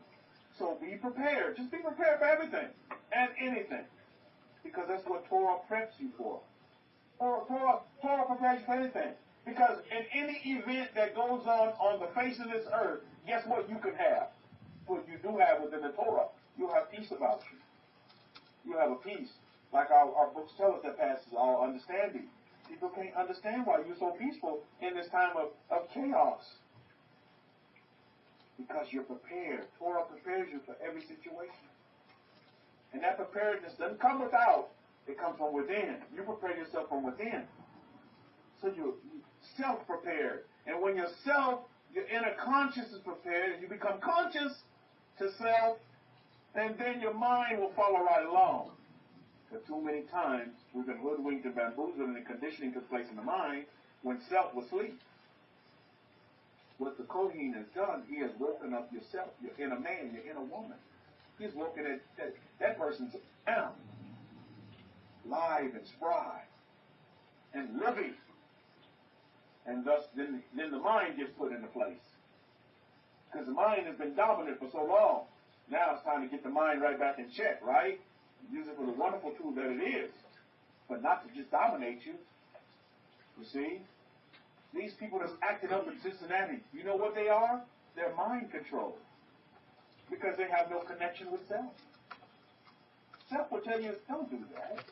Yeah, it's unfortunate that somebody has died behind some actions that they took.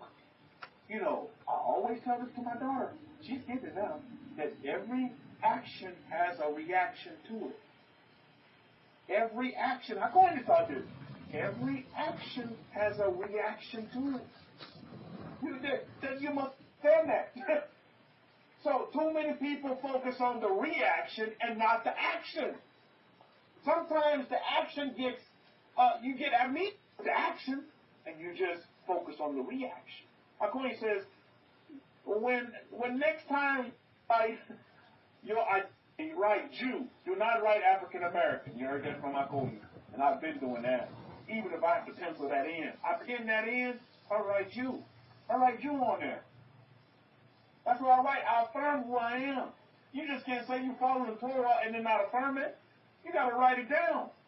I learned that from the Torah. You got to write it down, and then you'll be that. Don't be wishy-washy. Oh, well, I'm African American this day. I'll be Jew this day. I'm African American this day. Blah blah blah. No. Be consistent. Somebody said, for them, Torah giving them consistency. Baruch Hashem. Then be consistent in whatever you do. Because if you haven't done the census, believe me, census is coming your way. Politicians, I mean, they don't sleep at night based on that census, man. They need it, the money coming in, and they need a proper head count so that they can get the necessary funds for your city, for your state governments, so the money can be dealt out appropriately. Then you have political reasons, voting reasons as well, blah blah blah. But that's what they do in these nations that we're in. So, you know, I think it's very important for you to understand going forward. Okay, let's get to Luca.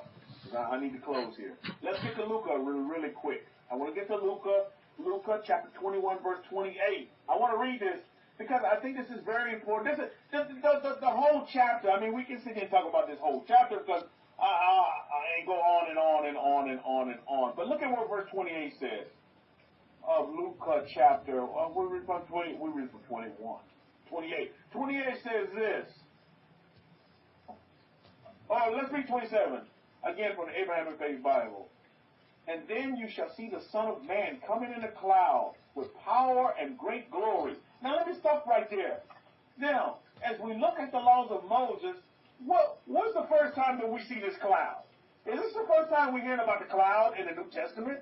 Or what they call the New Testament, by the way? Is this the first time that we see this cloud? When did we first hear about cloud in dealing with the Master Yahweh? What is it? Is this the first time? Is this like a revelation to us that the Master Yahweh will be talking about a cloud? There you go, Oliver. Mount Sinai, correct? And even before Mount Sinai, when else did we see a cloud? Remember, cloud by day, fire by night. You remember that? Even in our wanderings, right? Our forefathers' wanderings in the desert. Right, Mishpah? So, listen, cloud is, cloud is not new to us, right? So, yeah, pay close attention because it's very important. See, many people want to associate the cloud. Oh, Christians tell you, you got to look up in the clouds and we're going to meet them in the clouds. No. See, they take our words, they take our history, and they morph it into their isms to meet their criteria, to meet their rapture theology, and blah, blah, blah. So here we go. So when you see Son of Man coming in the cloud with great power and glory, look at verse 28. And when these things begin to come to pass, then look up. Now, listen to how the Master said, I think this is so unique. He said, and when these things come to pass, there's a lot of things going on that he listed. A lot of fear, a lot of wars. You all hear the story. Swords telling you to go here and there, blah, blah, blah. But at the end of the day, listen to what the Master's saying here. And you see these things come to pass, then look up and lift your heads. Wait, hold up, wait a minute. last time I checked, and you all can do this as a case study, when you look up, don't you lift your head? What is it? Oh, it's just getting deep here. See, what is the master saying? Why is he saying the same thing twice, it seems like? Look what he says. Then look up and lift your heads, for your rescue draws near. Wait a minute now. Why am I looking up and lifting my head? You're like, it's just like, it's the same thing, isn't it? Doesn't it seem like? Wow, this is getting heavy, right? The master's trying to teach us something here. Then look up and lift your heads. Wait a minute. When you look up, in your head lifted already? Wow. Wow, that's heavy, right, Miss Bahar? How many of you getting where I'm going here? Or do you see what the master's saying here? He said, then look up, then lift your head, for your rescue draws near. Mishpahah, your rescue is already near, in the form of the what? The Torah. Just like Oliver said, that Torah that we received on the Mount Sinai. That's what rescue is. If you wait for a rapture, it's never going to happen. Your rescue comes with that Torah. That same rescue, that same protection that came in our festival of the Passover. That Moses instructed the people, look, stay in your homes during this time.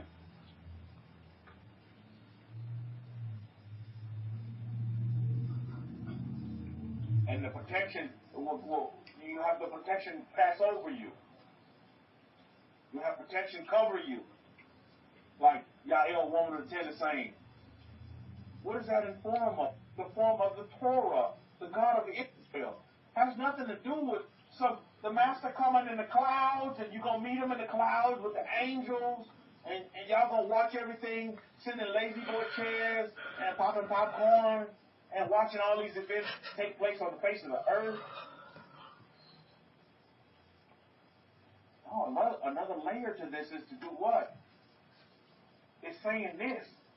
It's to look up, look within. And then the master goes on to 28, verse 28 of Luke chapter 21, to give you the parable. Look at this. And then he spoke to them parable. Behold, the fig tree, and all the eczema, and all these, when they now shoot forth, and you see and you know your own selves that summer is now near. So likewise you see these things come to pass, know that the kingdom of Elohim is near. Again, HaKohen has done the same thing. Associated your what? Your desires, your wants, and your dreams to what? A season. A season of sowing and a season of reaping. A season of planting the seed and a season of letting go and letting the seed what? Germinate and grow. There's seasons for everything that you desire and aspire for you. When you begin to understand these things from within yourself, because even the master even goes further, and he talks about this. He talks about this even further. Where he mentions, and he talks about within yourselves. He mentions this in that verse. Look at verse, and likewise, look what he says. Look at verse 30 again when he says, now, and then he goes and says, when they now shoot forth, and now shoot forth, you see and know in your own selves. You see, you got to know within yourself. That's the connection. That's that up.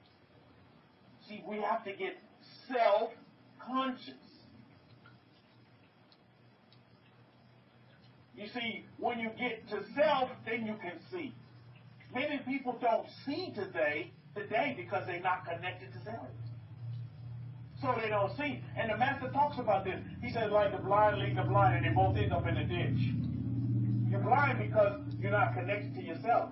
But they don't see, but they tell you, oh, I can see, but yet they're blind. But because they can't see, because they're not connected with self.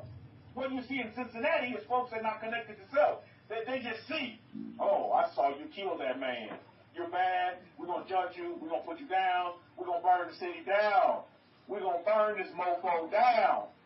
But you only see, but you're not connected to yourself. You see? You'll know within your own self. And then the master goes on to say, let's keep reading. Let's keep reading. Because then he goes on to say it again. Look at verse 31. So likewise you, when you see these things come to pass, know that the kingdom of Elohim is near. Verily I say unto you, this generation will not pass away till all be fulfilled. Look at verse 33. The Shemaim and the earth shall pass away, but my word shall not pass away. Listen, look at verse 34. Verse 34. Be on guard to who? Yourselves. Be on guard. See, again, you have to be connected to self. Then you'll be able to see these things. This is why you and I can understand these things. What our Kohen teaches them to, and why? Is because now we have a connection to ourselves, to self-conscious. You're conscious now. You have awoken Israel, Baruch Hashem. This is Torah at its sweetness. Our books tell us Torah is sweeter than honey. Oh, Baruch Hashem. And I love me some honey. Verse 34. And be on guard to yourselves, lest at any time your hearts are weighed down with what?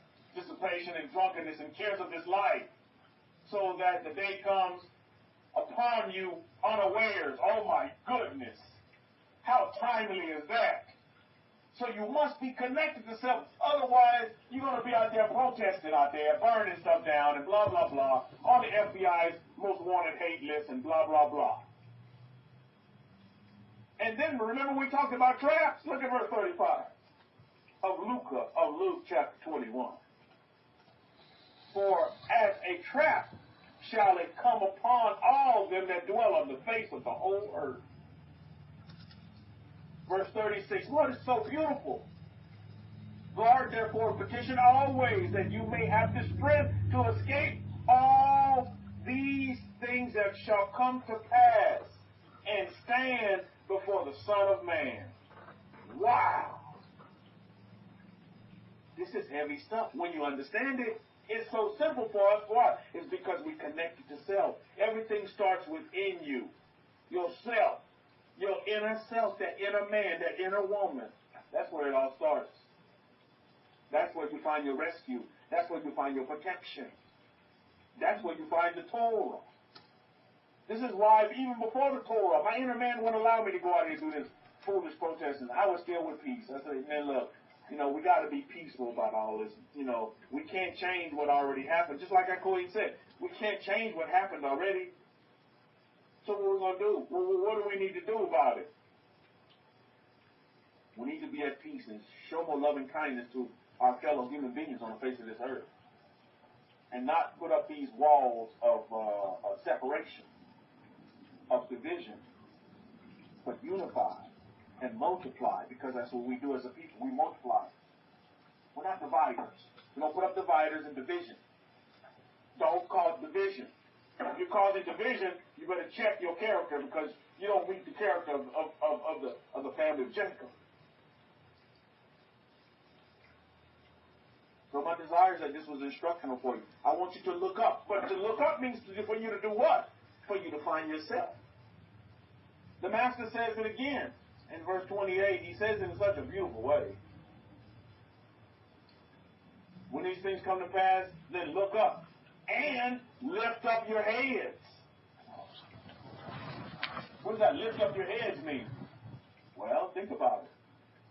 When you become conscious of self, self will dictate the mind to act appropriately. Instead of the mind just running off the cuff, like what you see in Cincinnati. That's mind control. Control your mind. Lift up your head, and then you'll be able to make great decisions. And when the time comes, because there's going to be times, there's going to become periods in your life where, somebody's going to need to stand up for what's just and right and fair. And not be judgmental, but put out justice, what's just, right, and fair towards all humanity. And our Kohen has done this time and time again. And he's received a lot of flack for it. I've seen it. I've been a watcher and a witness to the flack that he's received for it. Oh, love the homosexual. Say what? Love the homosexual? Are you kidding me? Are you kidding me? Love the homosexual? Yes, you love the homosexual. Because they're God's creation at the end of the day. But many people don't get that because they want to be judgmental and not put out justice. True justice means what? Humanity, civility, loving kindness, and compassion towards all. True justice is hard to fulfill in action and deed because many don't want to do that. Many don't want to do that. Luxury classes saying the economy has already suffered due to covert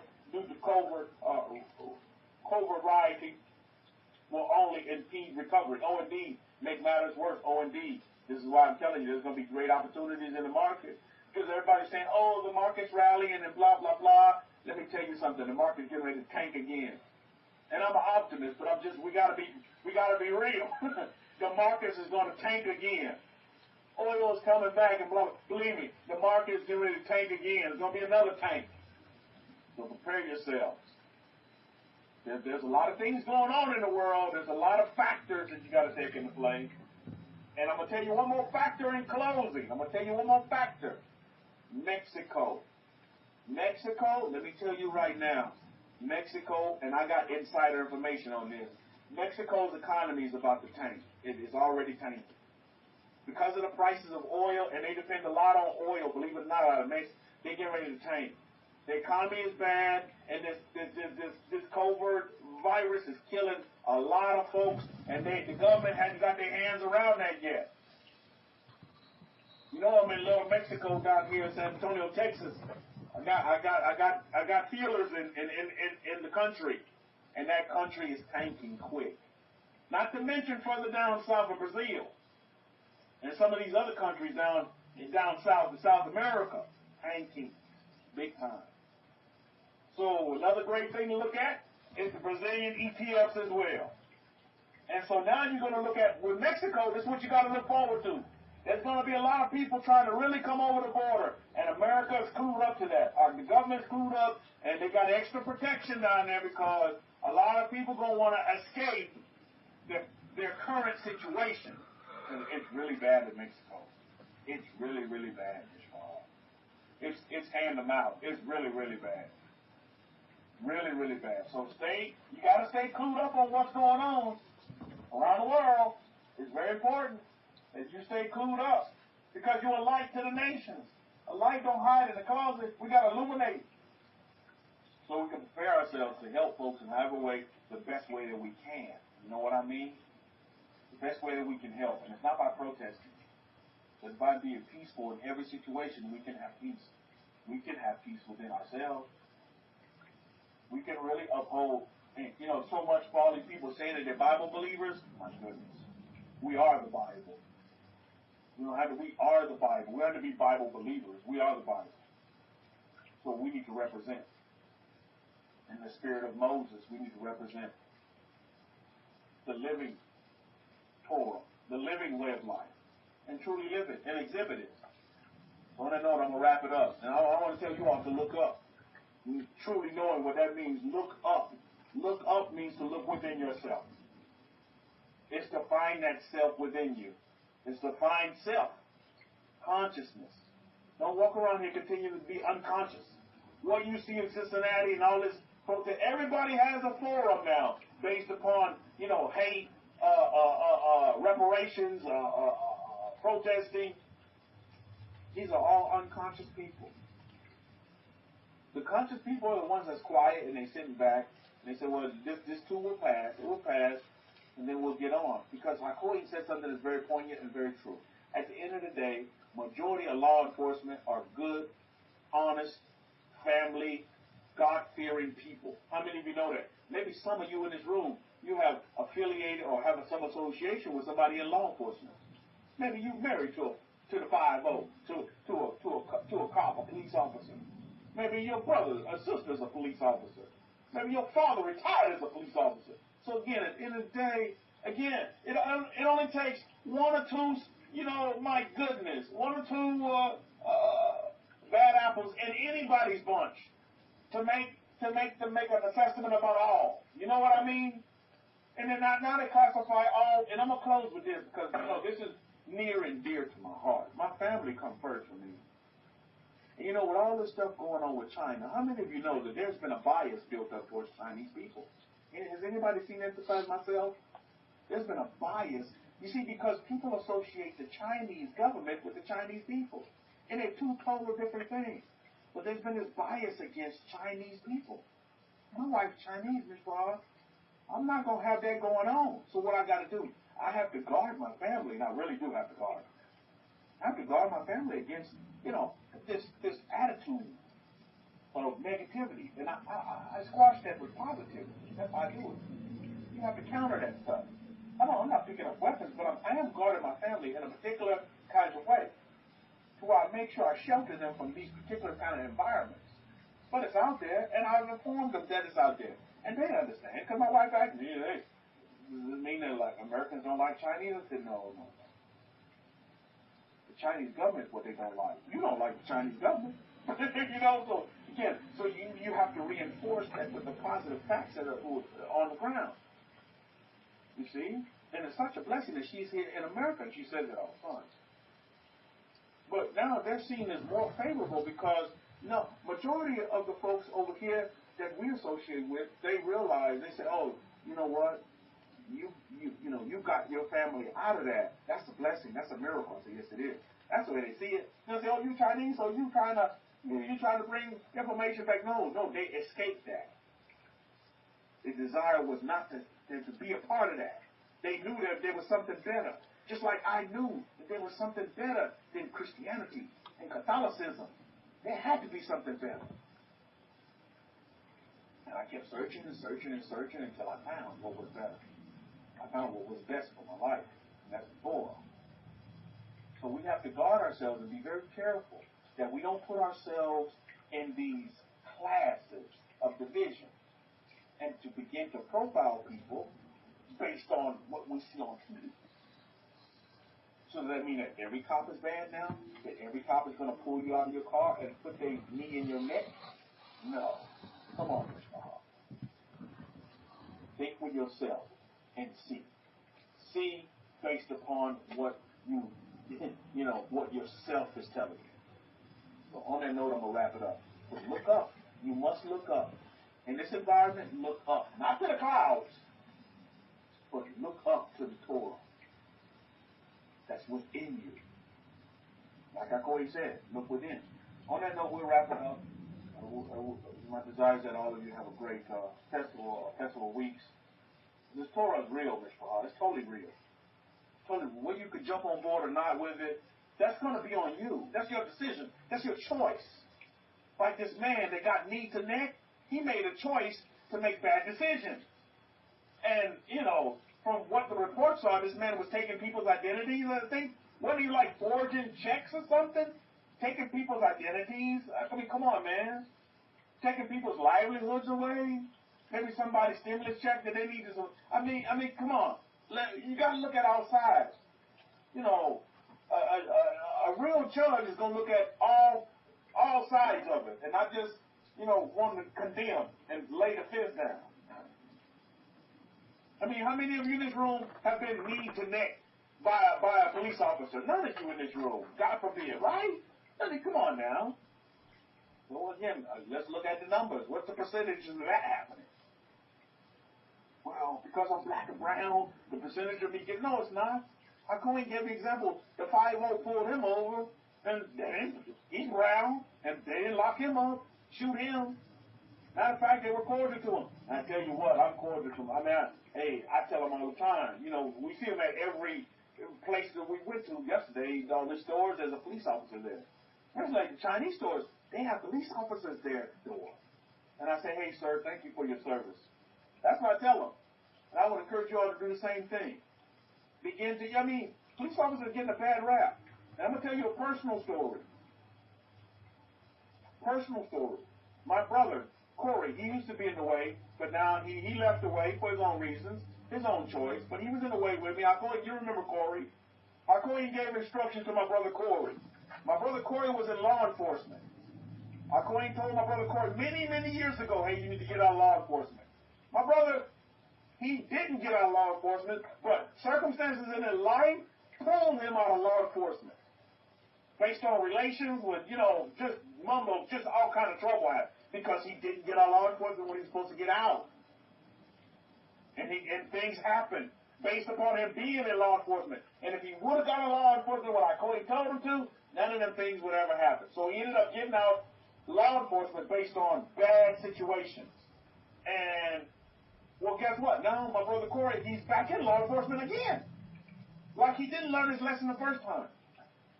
So I'm like, I just shake my head. I'm like, okay, whatever makes you happy at the end of the day. Well, remember what the Corey said?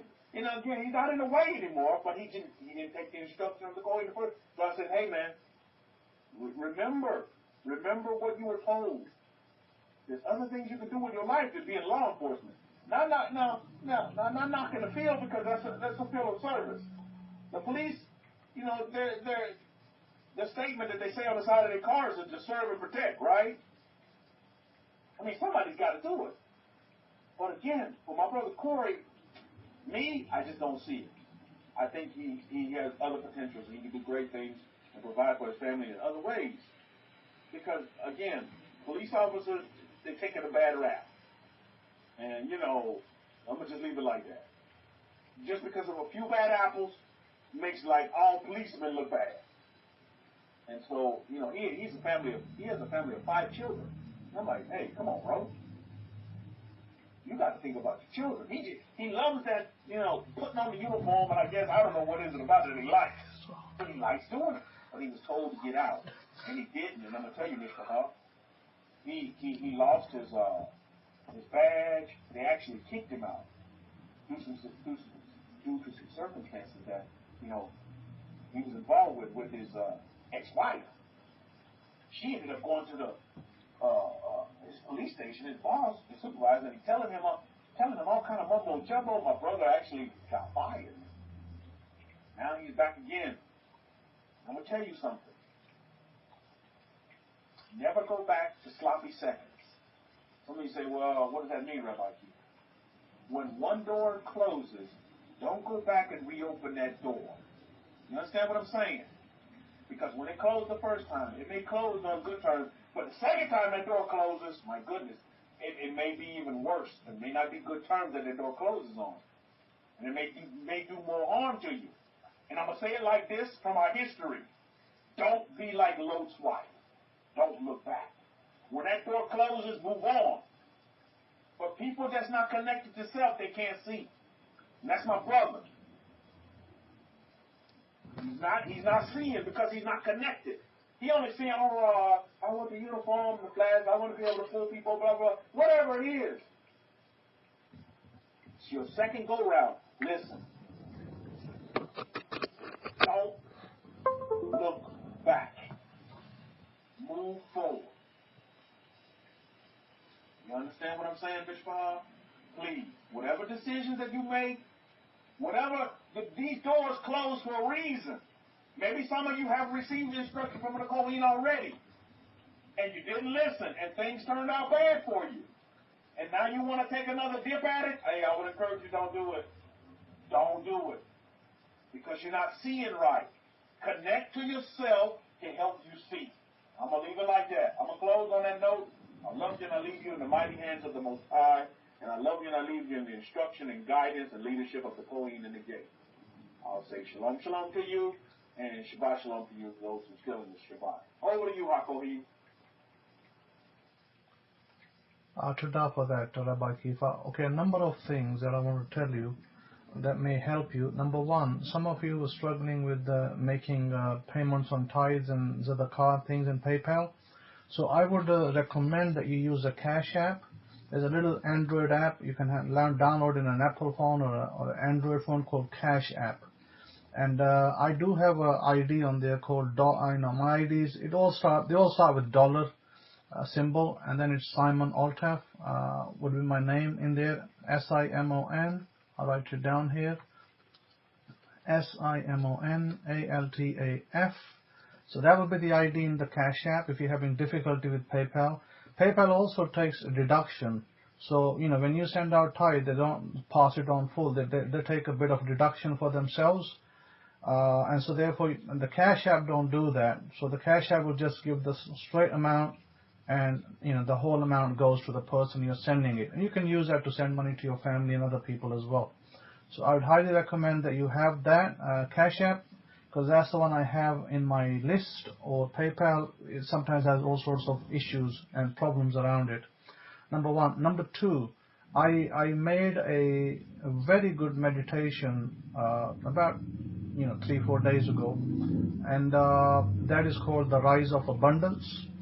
And if you don't have it, some of you may have sent it in your email, and most of you probably don't know about it and don't have it. I highly encourage you to write to me at my email address, shimon63@yahoo.com, SHIMOUN63@yahoo.com. Ask for it and I will send it to you free. And it will really, really help you, because if you have resistances, if you have blocks, this will help you to get over it. You should listen to that every day, 1 time a day. It's not that long. It's about 9 minutes, but it's absolutely fantastic. I also made it in my other language as well, so I've sent it out to the East as well. Now, I had listen to this. I had a Catholic woman who specially contacted me through the East, through Maisha, and she sent a message. She said, send a message to your husband, tell him to pray for me, because I'm very sick and I'm suffering, and so therefore I said I acknowledge that, I will pray for that woman. So I will definitely pray for her, I will pray for this country, I will pray for the people over here, that they may do the right thing. And we have wise leaders in this country to do the right thing as well. Now let me give you a little testimony. A testimony that I've never ever told anybody. This is the first time I'm going to air this publicly. And this will be something, that something of interest to some of you at least, if not all of you. And that is this. That did you know that when I went to Israel, when God told me that, that I was like Moses with a staff, did you know where that happened? I never told you where it happened. I only told you that it happened in Israel. But it actually happened in a village in Israel called Shafar-Am. Now, what is Shafar-Am, and what's so special about this village?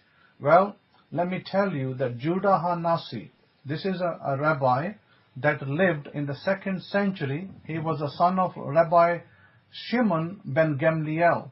And he's, Shimon ben Gamliel, the father of Judah HaNasi, who wrote the Mishnah, he actually served as a Nasi of the Sanhedrin in Usha. And then after that, the Sanhedrin transferred to Shafar-Am. That is where God spoke to me. In Shafar-Am, where the Sanhedrin was at one time. And that was a place of the priests, the Kohanim. So, another evidence that God chose a man from the East to tell him what he needed to do. And I asked God at that point, that should I come back to Israel? And this was, back in 2004. I asked him, I said, should I come back to Israel? And he said, no, you are needed in the nations. You go out in the nations. And so, hence, I've never looked to go back to Israel, because God had told me that not to. So, Baruch Hashem, here I am. And I wanted to follow up with a passage, a scripture in Matthew chapter 16, to lead on from where Kefa left off. And I wanted to read something here which was very, very key, in which Jesus of Nazareth, Yeshua, said something to his disciples. In verse 13, it says as follows: when Jesus came to the region of Caesarea Philippi, he asked his disciples, what do people say the Son of Man is? They replied, some say John the Baptist, others say Elijah, and still others Jeremiah or one of the prophets. So here we can see from historical evidence, if we can take this book as history, it says that many people were divided. He doesn't even call himself Mashiach at that time. He doesn't say, I am the Mashiach. He says, what do people say is the Son of Man? Now, the Son of Man simply means somebody who is under the God of Israel, as part of humanity. So he doesn't give himself any particular label, although some people might say that the Son of Man title is representative of the Mashiach. But that's not always true. Son of Man could be any person. So he says, who do people say I am? And the jury was divided. People were divided. Some were saying, maybe, he's John the Baptist. And John the Baptist, was from the tribe of Levite. And then they say, maybe, he is Jeremiah the prophet. Maybe he's another prophet. So they could not agree on who he was. And then he says, who do you say I am? And then at this point, Kefa responds, and Shimon Kefa, he says, you are the Messiah, the Son of the living God. And then Jesus replied, blessed are you, Simon, son of Jonah, for this was not revealed to you by flesh and blood, but my Father in heaven. Now, here, everybody seems to think that Jesus is just speaking with Peter, and Peter somehow, through the spiritual side, happened to be saying that he is a son of God, etc., etc. And so what happens after that, he's actually not speaking to Peter. You see, those of you who think he's speaking to Peter already made a mistake, because this is where the New Bible translations unfortunately don't tell you what is plural or what is singular. Here, the word that he uses is the word ye. The ye word in the Old English is the word for plural. And that is what's underneath the Hebrew and underneath the Greek. So, therefore, he wasn't speaking to Peter. He was speaking to everybody out there. Who do you say I am? And Peter just happens to be a placeholder. Who is Peter anyway? We'll speak about who Peter is really. So, in this case, he then goes on to say, he says to Peter now, he says, on this rock I will build my church, and the gates of Hades will not overcome it. So from there, we see that the Catholic Church said Peter is the first pope. And so therefore they established their church on so-called Peter. But remember, I said Peter is a placeholder, is not some person at this point being described as something to put on. It says, you have been given the keys of the kingdom. He says, I will give you the keys of the kingdom of heaven. Whatever you bind on earth will be bound in heaven, and whatever you loose on earth will be loosed in heaven. Now, a lot of people think that is to do with some kind of Peter being some kind of judge and some kind of magic, because here's the problem. If Peter was really Peter, let's just take it to conclusion. First, the plural is used, so it's not used to a singular man. Second, he tells him that whatever you bind, meaning in Hebrew idioms, it means that whatever you decide here is what it shall be, and whatever you decide in heaven, what it shall be. You see, there are people over here, like free will is coming over here, and he's saying that Jesus Christ is Lord. Can somebody respond? Well, let me respond to you, free will. As long as you continue to search for some kind of Lord outside in the clouds with your head stuck in the ground, you'll never find him, because he's not there. That's number one. That's your answer from me. And having said that, I will say secondly, that how can Peter ascend into the heavens, ascend into the clouds, and make a decision in heaven? Because the only person we know who is in heaven or in eternity is God and the angels. So how can Peter go to the heavens and make a decision? You see what I'm saying? And where this is going? He wasn't telling Peter to go into the clouds and stick his head in like most Christians have stuck their head in the ground like, ostriches, and they can't find Jesus right now. So basically what he was saying, Peter, that whatever you decide, in other words, your imagination is the kingdom of God, is your awareness. Whatever you decide on this earth, meaning in your body, and whatever you tell your imagination, that shall be. So that is for every man out there. It's not just for Peter. Peter is a placeholder. Jesus is a placeholder over here, and Jesus is instructing as a rabbi, as a teacher, that whatever you decide, so shall it be. Now the problem is this, that many people who got their head stuck in the sand, they're still waiting for Jesus to come riding on a horse, and they think that he's the one who saves them, and so on and so forth, and his blood redeems them.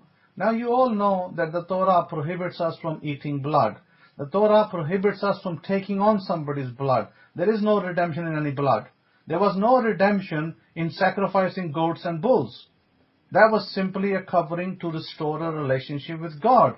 God always forgave us by His personal grace and mercy. We did not have to sacrifice anything to receive forgiveness for, those sins that we call pash sins, or sins that are really hardcore sins that man commits deliberately. There are ignorant sins that you commit ignorantly, like maybe you ate, a loaf of bread over the Passover when you're not supposed to, and, leavened bread. And there are times that you go and steal something. That is the sin that you deliberately commit. So, different categories. The point being is, unless you really see for what the New Testament is, you're going to make all sorts of mistakes. And you're going to make all sorts of errors. And you're going to have your head in the ground. So it's time you lift your head out of the ground and realize that Jesus Christ, if you take Him for Lord, that's fine. But He's a placeholder. Because the only God of the universe, or the multiverses, is Yahweh. That's the only God. There's none other. Now, there are many powers underneath Him, because the Bible describes powers. They're underneath Him. But He is above all those powers. So those powers could be angels, those powers could be, other gods of nations, anything, whichever way you want to look at it. But having said that, here Jesus is very clear, as a rabbi, as a teacher, and whether you take Him for Lord, I'm okay with that if you take Him for Lord, and I'm okay if you take Him for God, and I'm okay if you take Him for a rabbi. Either way, what He's simply instructing you, that it is within you. You mean Peter, you are Peter. All of you out there are Peter. And He's telling you that use your imagination. Whatever you decide and whatever you imagine is what you will receive. Simple, it's simple mechanics. It's nothing hard, it's nothing, controversial, and it's nothing difficult to accept. But don't think that a man is going to come riding on the clouds, because that is not what it's saying. It's speaking in parables, it's speaking in symbolisms, and that is all it's telling you.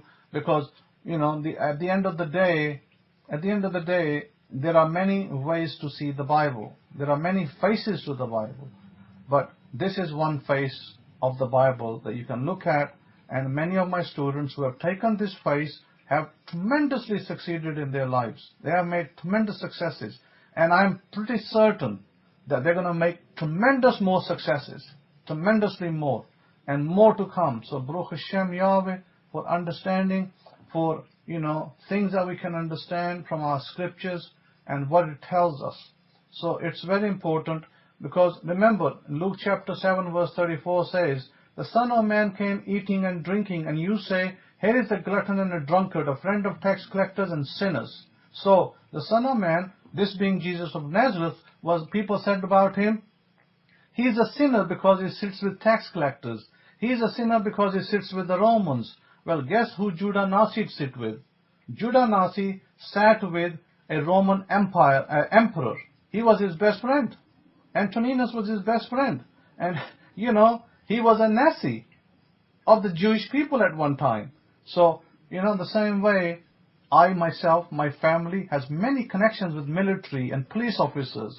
So I'm not going to go down that path of maligning the police and maligning the military, because one man is a bad apple and he happened to do a bad thing. But again, I say this, that stop glorifying the people who commit violence. And stop going out there and saying, oh yeah, they did the right thing. No, they did not do the right thing. And this man that died didn't do the right thing either. So we need to look within. Once we start looking within, then the without will also be right. When your within is in uproar, when your within is uproar, outside will be uproar as well. There will be no peace. So first, bring peace within yourselves. You have many tools available. You have meditation. You have meditative tools. You have scriptures to, chant God's name. Many ways to do it. But if you don't do the right, don't use the right tools, then you will not benefit the way you should benefit. So I will encourage you to use the right tools. Stop joining protesters and stop, throwing out, profanities and this, that, and the other, and stop feeling white man, because a white man is equally created with you under the image of God. That we are all created in the image of God. White, black, brown, light brown, dark brown, yellow. We are all in the image of God. We are not, it's not like, he is higher or I'm lower, or I'm lower, he is higher, nothing like that. But unfortunately, people around us will tell us that, hey, you're created low and he's created high, or, you're 1/5 of a man and he's a full man. No, don't follow all those theologies and dogmas that occurred in America. Let go. Let go of those things. It's time to let go. Return back to the Torah and follow the Torah, and you will have life, you will have abundance, you will have health, you will have well-being. Everything is for you. Today is the day to claim back your Torah, claim back your heritage, claim back your traditions that God gave you, that the prophets gave us, that the prophets and the priesthood and Abraham and his family that followed, that passed on. We must go back to that. That is where our rest is. Our rest is not in some pages of the New Testament that people believe is our salvation. No, our salvation is back in Abraham's day. So we must go back there and receive it, because Torah is all about receiving. Are you willing to receive Torah? Because a lot of people, I can tell you, they give you lip service, but they do not want to receive Torah. They only want to give lip service. Torah is about receiving. Kabbalah, Shabbat, all of these things, what do they mean? Kabbalah means to receive something. Receive the Torah today. Form a contract, a covenant. Form a covenant with the God of Abraham, Isaac, and Jacob. Today is your day to do that. Do that today so that you may benefit. And Simcha, sure, I'll send you the meditation. I have your email address, not to worry. Any questions before I close?